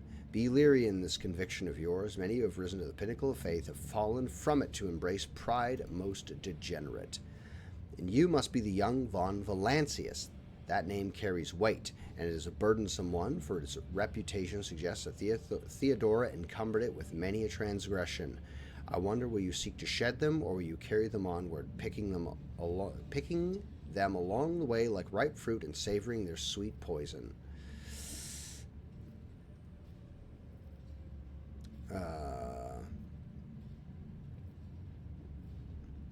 How do you know who I am? The Emperor's blessed me with an acute hearing, and the people did the rest.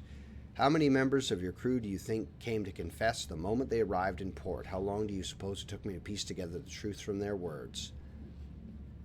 The priest's voice is rasping and harsh, but you manage to pick up a strange change in tone. There's something hidden beneath the shift in speech, something he did not consider necessary to explain.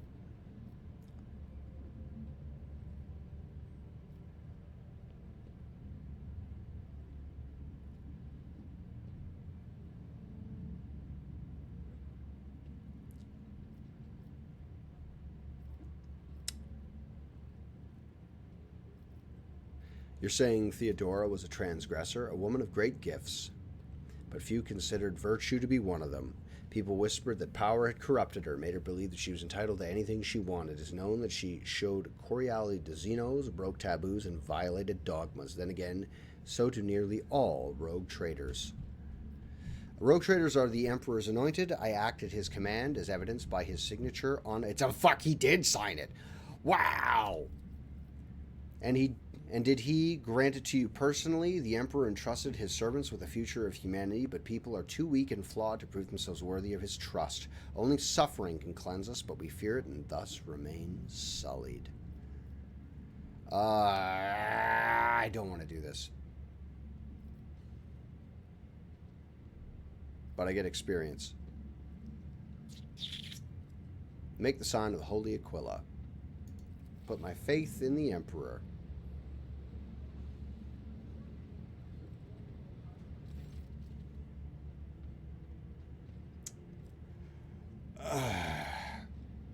He gives you a scrutinizing look, and then his tone softens. Then you will be twice as diligent, for this sector will seize any chance to test your faith. He looks at Argenta, who's standing nearby. His voice softens slightly. "Greetings, sister. I congratulate you on your return. Was your pilgrimage fruitful?" It wasn't. "It was, Reverend.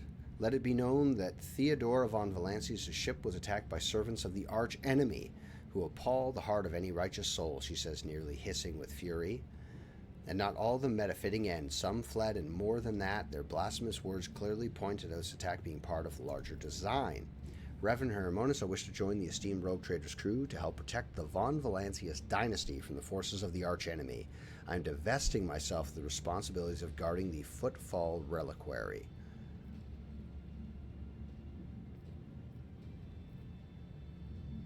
Just get rid of her. Frankly, no need of her. Sister Argenta stood by my side during the assault on the ship, and I could use her assistance going forward.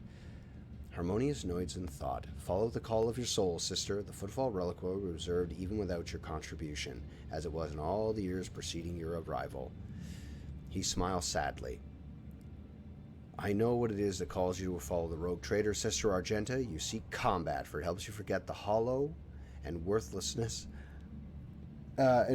our lives truly are. It offers the illusion of meaning. Perhaps you will relinquish this illusion one day. Perhaps you will die before that day comes. Regardless, I wish you luck on your new path. But before you start on your path toward your new destiny, I request to make of you and your companion. Many among my flock are from the poorest, most dispossessed people on Footfall.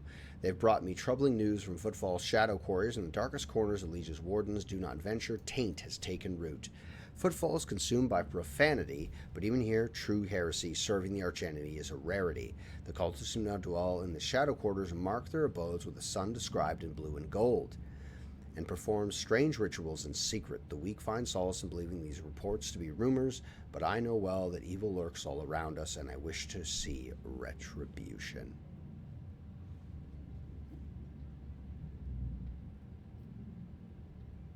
We will verify this rumor.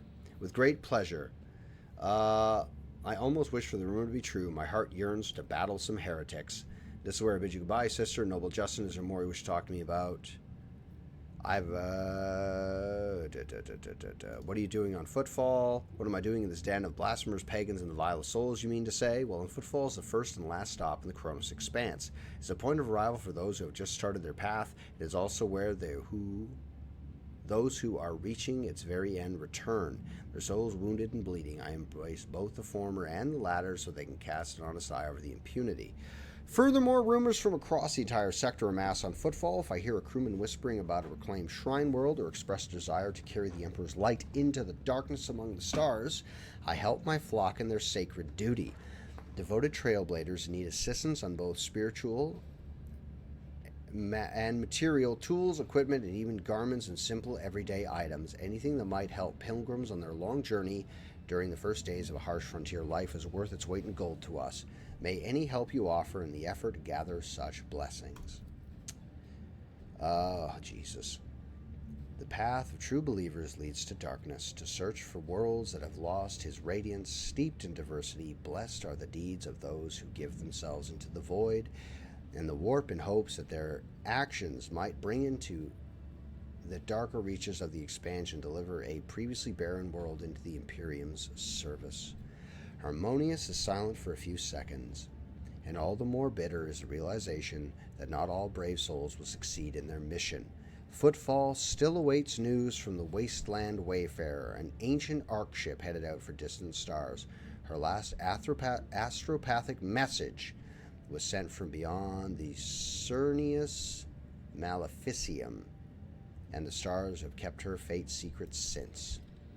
I bear another darker duty. The Expanse is filled with tainted creations of unholy relics. These insidious objects are a danger to the soul, but I know what to do with them. Should you in your travels come upon dangerous, corrupted objects, bring them to me, and the reward for your vigilance will be even more generous. The Drusarian mission has much to share with the rogue trader. Please sell me things. That's all I want. Just give me stuff. Very good. The Enforcer Helmet, Taunting Scream. That's going to go on Onslaught.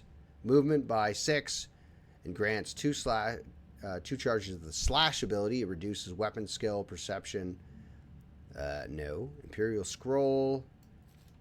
Take that. Thank you. Bloodhound Staff. 2-handed weapon. Navigator. Strike. The first use of attacking power and everything to set the cooldown. Information. First use of attacking navigator power per turn does not set the power on cooldown and does not count toward the attack limit per turn. The second use of this power or a different attacking navigator power in the same turn deals additional 6 damage to all targets and 6 direct damage to the navigator. Give that to me. Yes. All right. So the familiar first melee attack can't be parried or dodged. That's an elite chainsword. That's the same one as Abelard.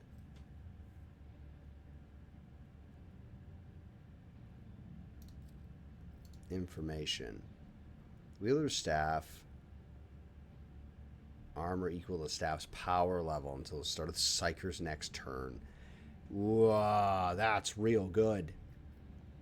Cloak of Retribution. That's not bad.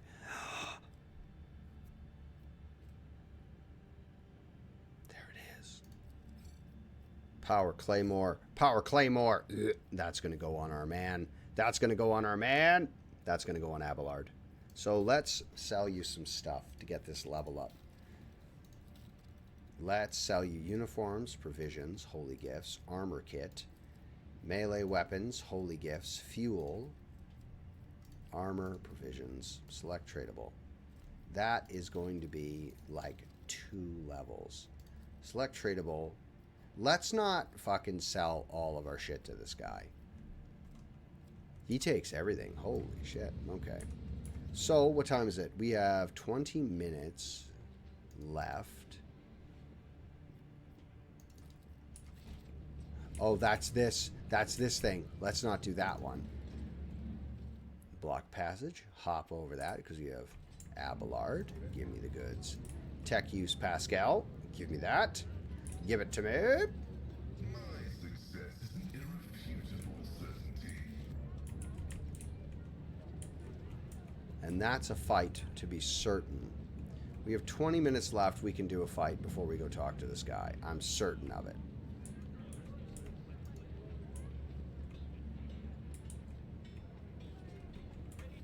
I didn't equip anything. Hold on. Cassia, let's take this off, and instead we'll put on the Bloodhound staff for you. And that gives you a new ability.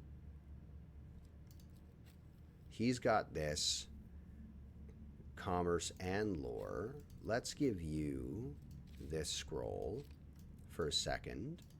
Abelard, take that off. Give Taunting Scream instead. Oh, yeah. Taunting Scream instead.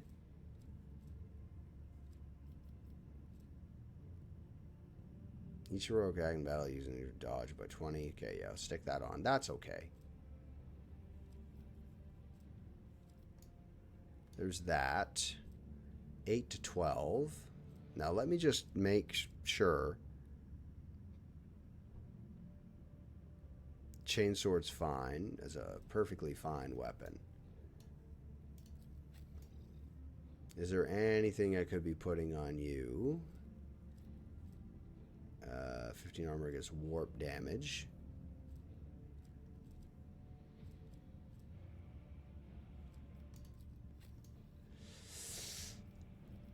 That's tactical goggles, plus 5 hit chance, 3%.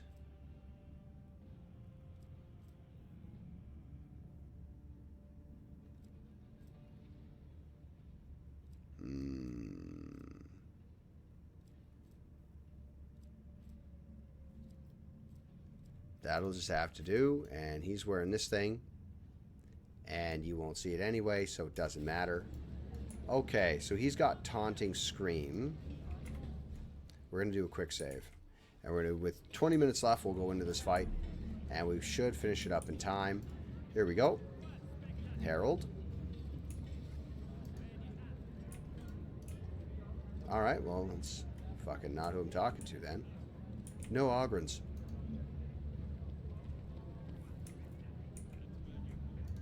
Let me just walk past all these guys.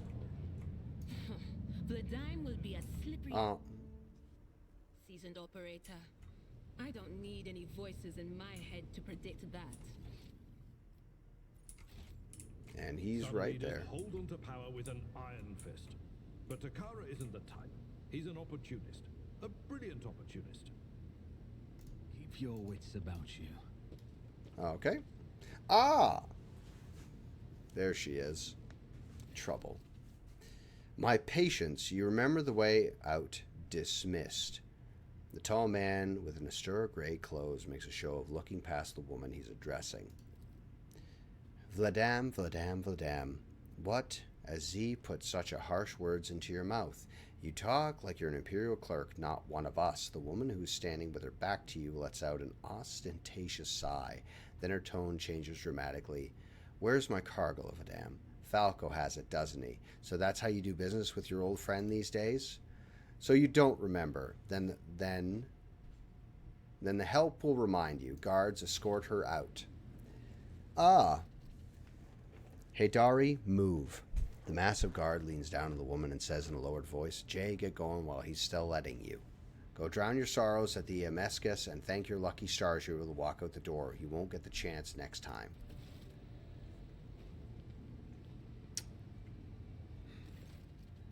First an insult and now threats. I see courtesy and tact are no longer valued commodity on footfall. Oh well, I'll find myself a better deal. She turns on her heel and heads toward the exit. As she passes you by, she gives you a quick once-over, winks at you, and then immediately turns away with a flip of her jet black hair. Don't you come at me with dark hair. Don't you come at me with charm and guile and a black hair. Don't you dare. Don't you dare. The tall man who has long since noticed your presence is studying you intently. Vladam Takara, Liege of Footfall. Let us please proceed to my office. A spread befitting of a visitor of your rank is waiting. Your entourage will be accommodated nearby. Certainly. Let's go.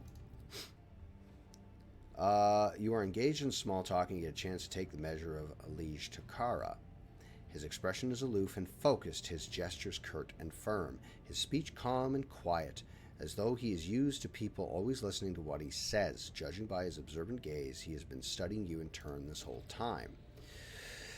Takara straightens in his chair and says in a polite but completely indifferent tone, "Let's talk business. On behalf of the elite of Footfall Station, I offer you my condolences, Lord von Valancius. We mourn Lady Theodora's loss, and we hope that this sentiment is taken as a sign of our good intentions and willingness to cooperate." Thank you, Liege. Terrible loss for all of us. I hope that you are under the guidance. I hope that under your guidance, the dynasty can recover from this blow and attain even greater power. I'm impressed by your prudence, your decision to arrive in Footfall Incognito without announcing either the death of the previous rogue trader or your own status. It was quite wise. The rumors were spread sooner or later. It is impossible to keep a secret something that's known to the thousands of people serving on a void ship. But for now, you are free to reap the benefits of anonymity. As you may have noticed, Footfall is currently in a state of crisis. Its people would benefit from the patronage of a figure such as yourself. To start with, who is the woman the warden threw out? Vladam's expression hardens and he makes a frustrated gesture, a dead woman walking. Some, however, will call her Jay Hadari, a small-time hustler with big ambitions that will lead her to a sticky end. It's strange. A small-time hustler, even a particularly audacious one, wouldn't likely quarrel in public with a figure as important as the Liege of Footfall. What seems stranger still is that the Liege knows why the small fry knows the small fry by name. She is irrelevant. Since I am the one in control of the situation on Footfall, I can speak on behalf of all of its noteworthy residents. I was attacked right at the docks. An outrageous stunt, a show of disrespect for both you and me. Sadly, such incidents on Footfall are akin to natural disasters. Impossible to predict or preempt, they simply happen.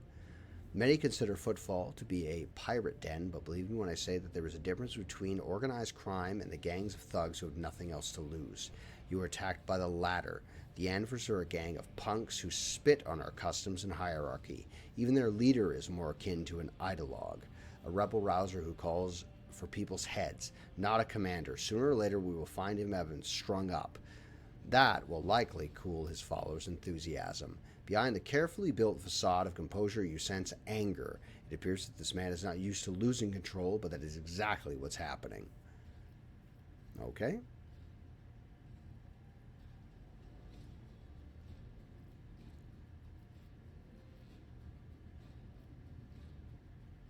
Well, I would like to know more about the Anvers gang. Why haven't they been dealt with? He grits his teeth slightly before answering. I've been using all of my resources to delay the moment where the station is hit by a famine.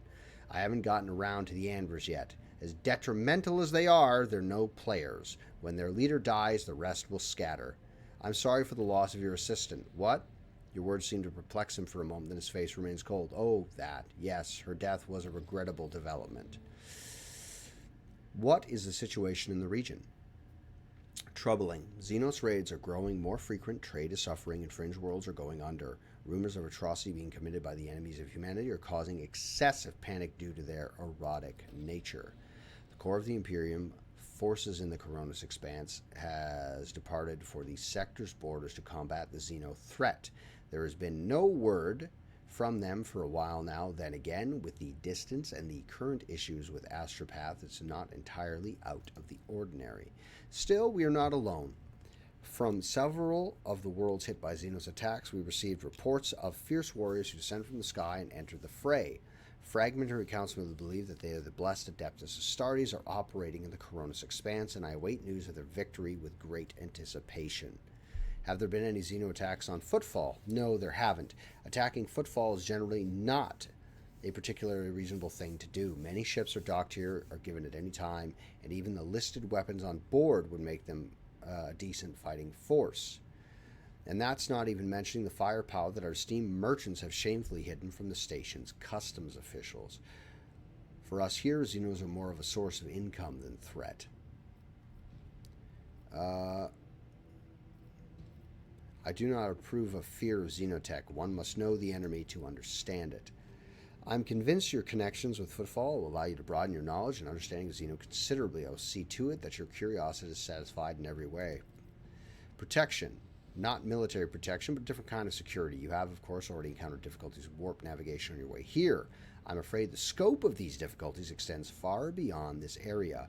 Reports of disrupted routes and ships vanishing during short jumps are coming in from across the entire sector. Communication with the Calixus sector has been extremely unstable. Of the ships that have dived into the Maw in recent years, none have returned yet. The last ship came through the Maw on the other side was struck by a temporal anomaly. The jump took almost 2 decades in real space-time. You've heard of periods of warp instability, including cases where the Maw would have become completely inaccessible from navigation for years on end, thus temporarily cutting off the Koronus Expanse from the Imperium. Even so, Vladam's words are particularly alarming. It seems that something has had a profound effect on the Maw. The Maw is how we got here. You come through the Maw into the Koronus Expanse. And that brings us to our main issue. Footfall is a repair shipyard and trading post. We barely produce anything ourselves and are largely dependent on incoming shipments, especially food shipments. The station, naturally, has some reserves, but the supply issues didn't start yesterday. Footfall will be obliged if House Valancius would assist us by signing a contract for food deliveries. Logic succeeded. I can't be the only one who've asked for help. Naturally, I tried contacting the other rogue traders, but the terms of House Chorda would have bled Footfall dry, and as for the esteemed Caligos winter scale, instead of food shipment from him, I received a transport, the Navicia, packed with refugees. I had to send him off to Foulstone. So many extra mouths to feed would have only worsened the crisis further. I suppose all these warp fluctuations must have created more pressing concerns for Lord Winterscale, so I put my faith in you, the third and last of Footfall's allies. So, Footfall is cut off from its shipments, and the local gangs are running wild. The local hustlers are throwing tantrums in your residence. Are you positive you're... Okay, I don't want to say that.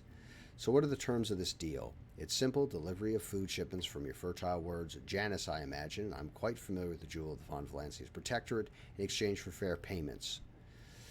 The payment would be unfair, as I will be robbing you blind. Iconoclast, I will help Footfall, but not out of desire for profit. I have no interest in obtaining a favor in kind be a patron, only in saving people's lives. Give me the points. Give me Iconoclast points. I want them. Madame's gaze is slightly distrustful. Such charity is a rare sight in the Koronus Expanse. Even figures such as powerful as rogue traders do not show it often. Thank you, your lordships. Where does one go to make a few deals here? Here, I'm the main dealer of the station, and it would be disrespectful of me to suggest that you take your business of Footfall traders less important. Still, you might take an interest in a few people of note. For example, Reverend Harmonius Doloroso, servant of the Ecclesiarchy, is rumored to purchase sacred relics from captains and other traders. Don't seem keen on becoming his competitors. If you're looking for goods that can entertain you, find Octavia, the establishment called the Adeptus Amnesecus.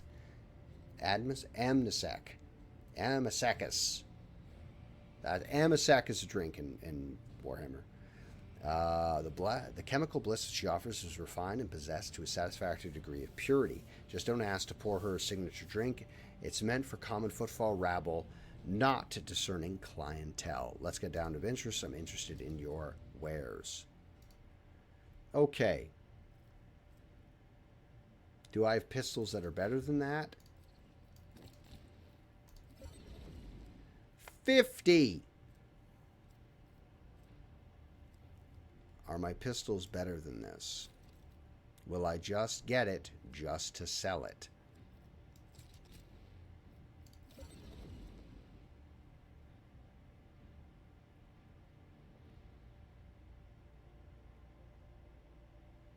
User's resolve. Not going to use that. Precise bolter. Oh, that's a good one. That's a good bolter for her. Outcast visor. Car skin. Fucking. Psyker's breastplate. 50 heavy armor. Warp guide staff. That's for navigators only. 38. Storm bolter. Ooh.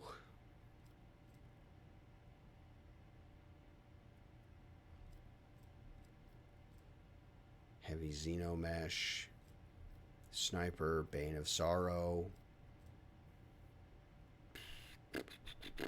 Number of additional attacks equal to their psi rating.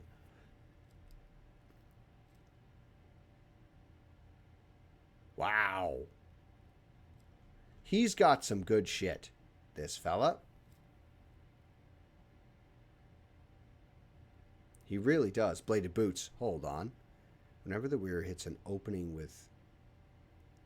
That's for assassins. Charge, last stand. They inflict bleeding on the target.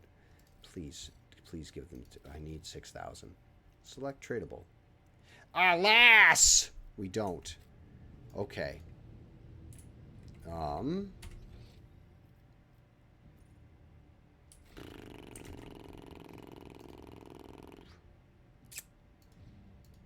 Well, let's go get some more stuff. Hold on.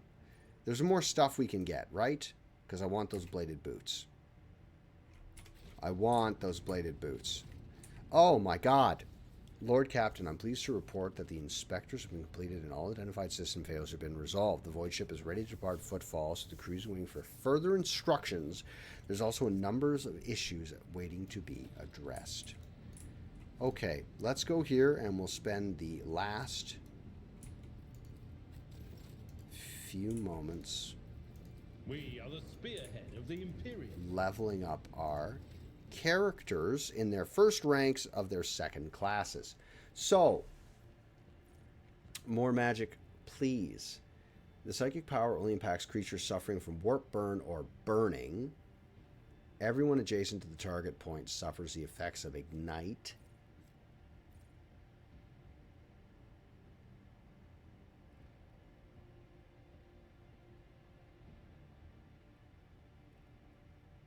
So, what does Firestorm do? You know what this game needs? Every game that has a power, every game that gives you a power, there should be a video down in the corner. This is exactly what it does. This is what you're buying. Orchestrate flames. Targets don't stop burning. Enfeeble. Regeneration. Until the end of combat, the target recovers. 2 plus willpower bonus divided by 2 wounds. Beginning of turns, removes 1 toxicity and bleeding. The regeneration's pretty good. Warp speed until the end of combat. The target ally increases their movement points by 3 plus 2. Wow. Their agility by 9 and their AP by 1. Warp speed sounds awesome. Firestorm only impacts creatures suffering from warp burn or burning. Everyone adjacent. So what?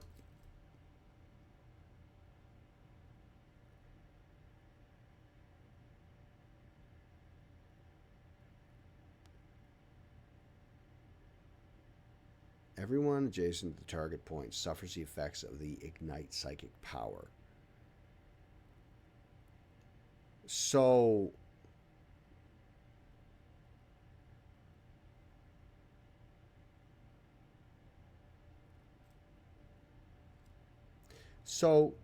if I took that, if I took Firestorm, do I get to fucking light people on fire? Like, is it a... Do I get to light that entire area on fire? Is it like a fucking flame grenade? Like, is it a Molotov? You know what I mean? I'm definitely going to take... I get 3 of those. I won't get to take everything, though. I don't want divination, psionic powers, or telepathy. I don't want any of that. It's either firestorm or regeneration or warp speed. Let's take...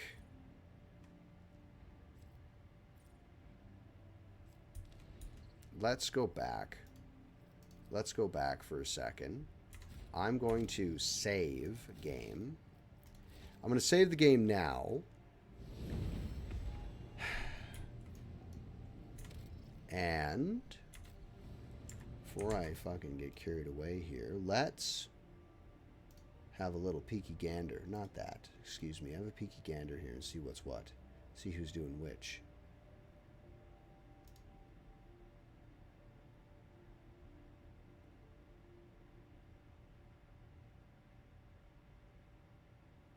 Oh, well, that's the thing to do then, isn't it? So we'll do that in a minute. So I'm going to do some, before I do that, let me go to here and live scene, and then I'm going to pull this screen over here like this. So, guys, we only got about 2 minutes left in the stream, so just figure out who we're going to raid. I know who we're going to raid. We're going to drop a raid on somebody.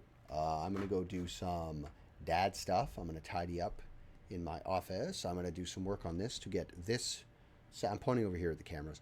I'm going to do a setup over here and fix my lighting situation up a little bit, because later this evening we will be doing some modeling and painting. Later in the evening, I do not know exactly when, because my life is wild. So we're going to do it like that. Yeah. So, let me go over, and we are going to drop a raid on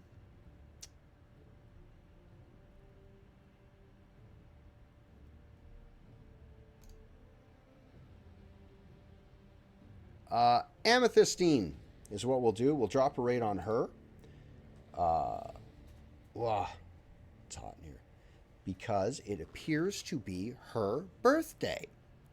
I don't know what she's playing. She's playing some card game. It says Warhammer 40,000 Space Marine.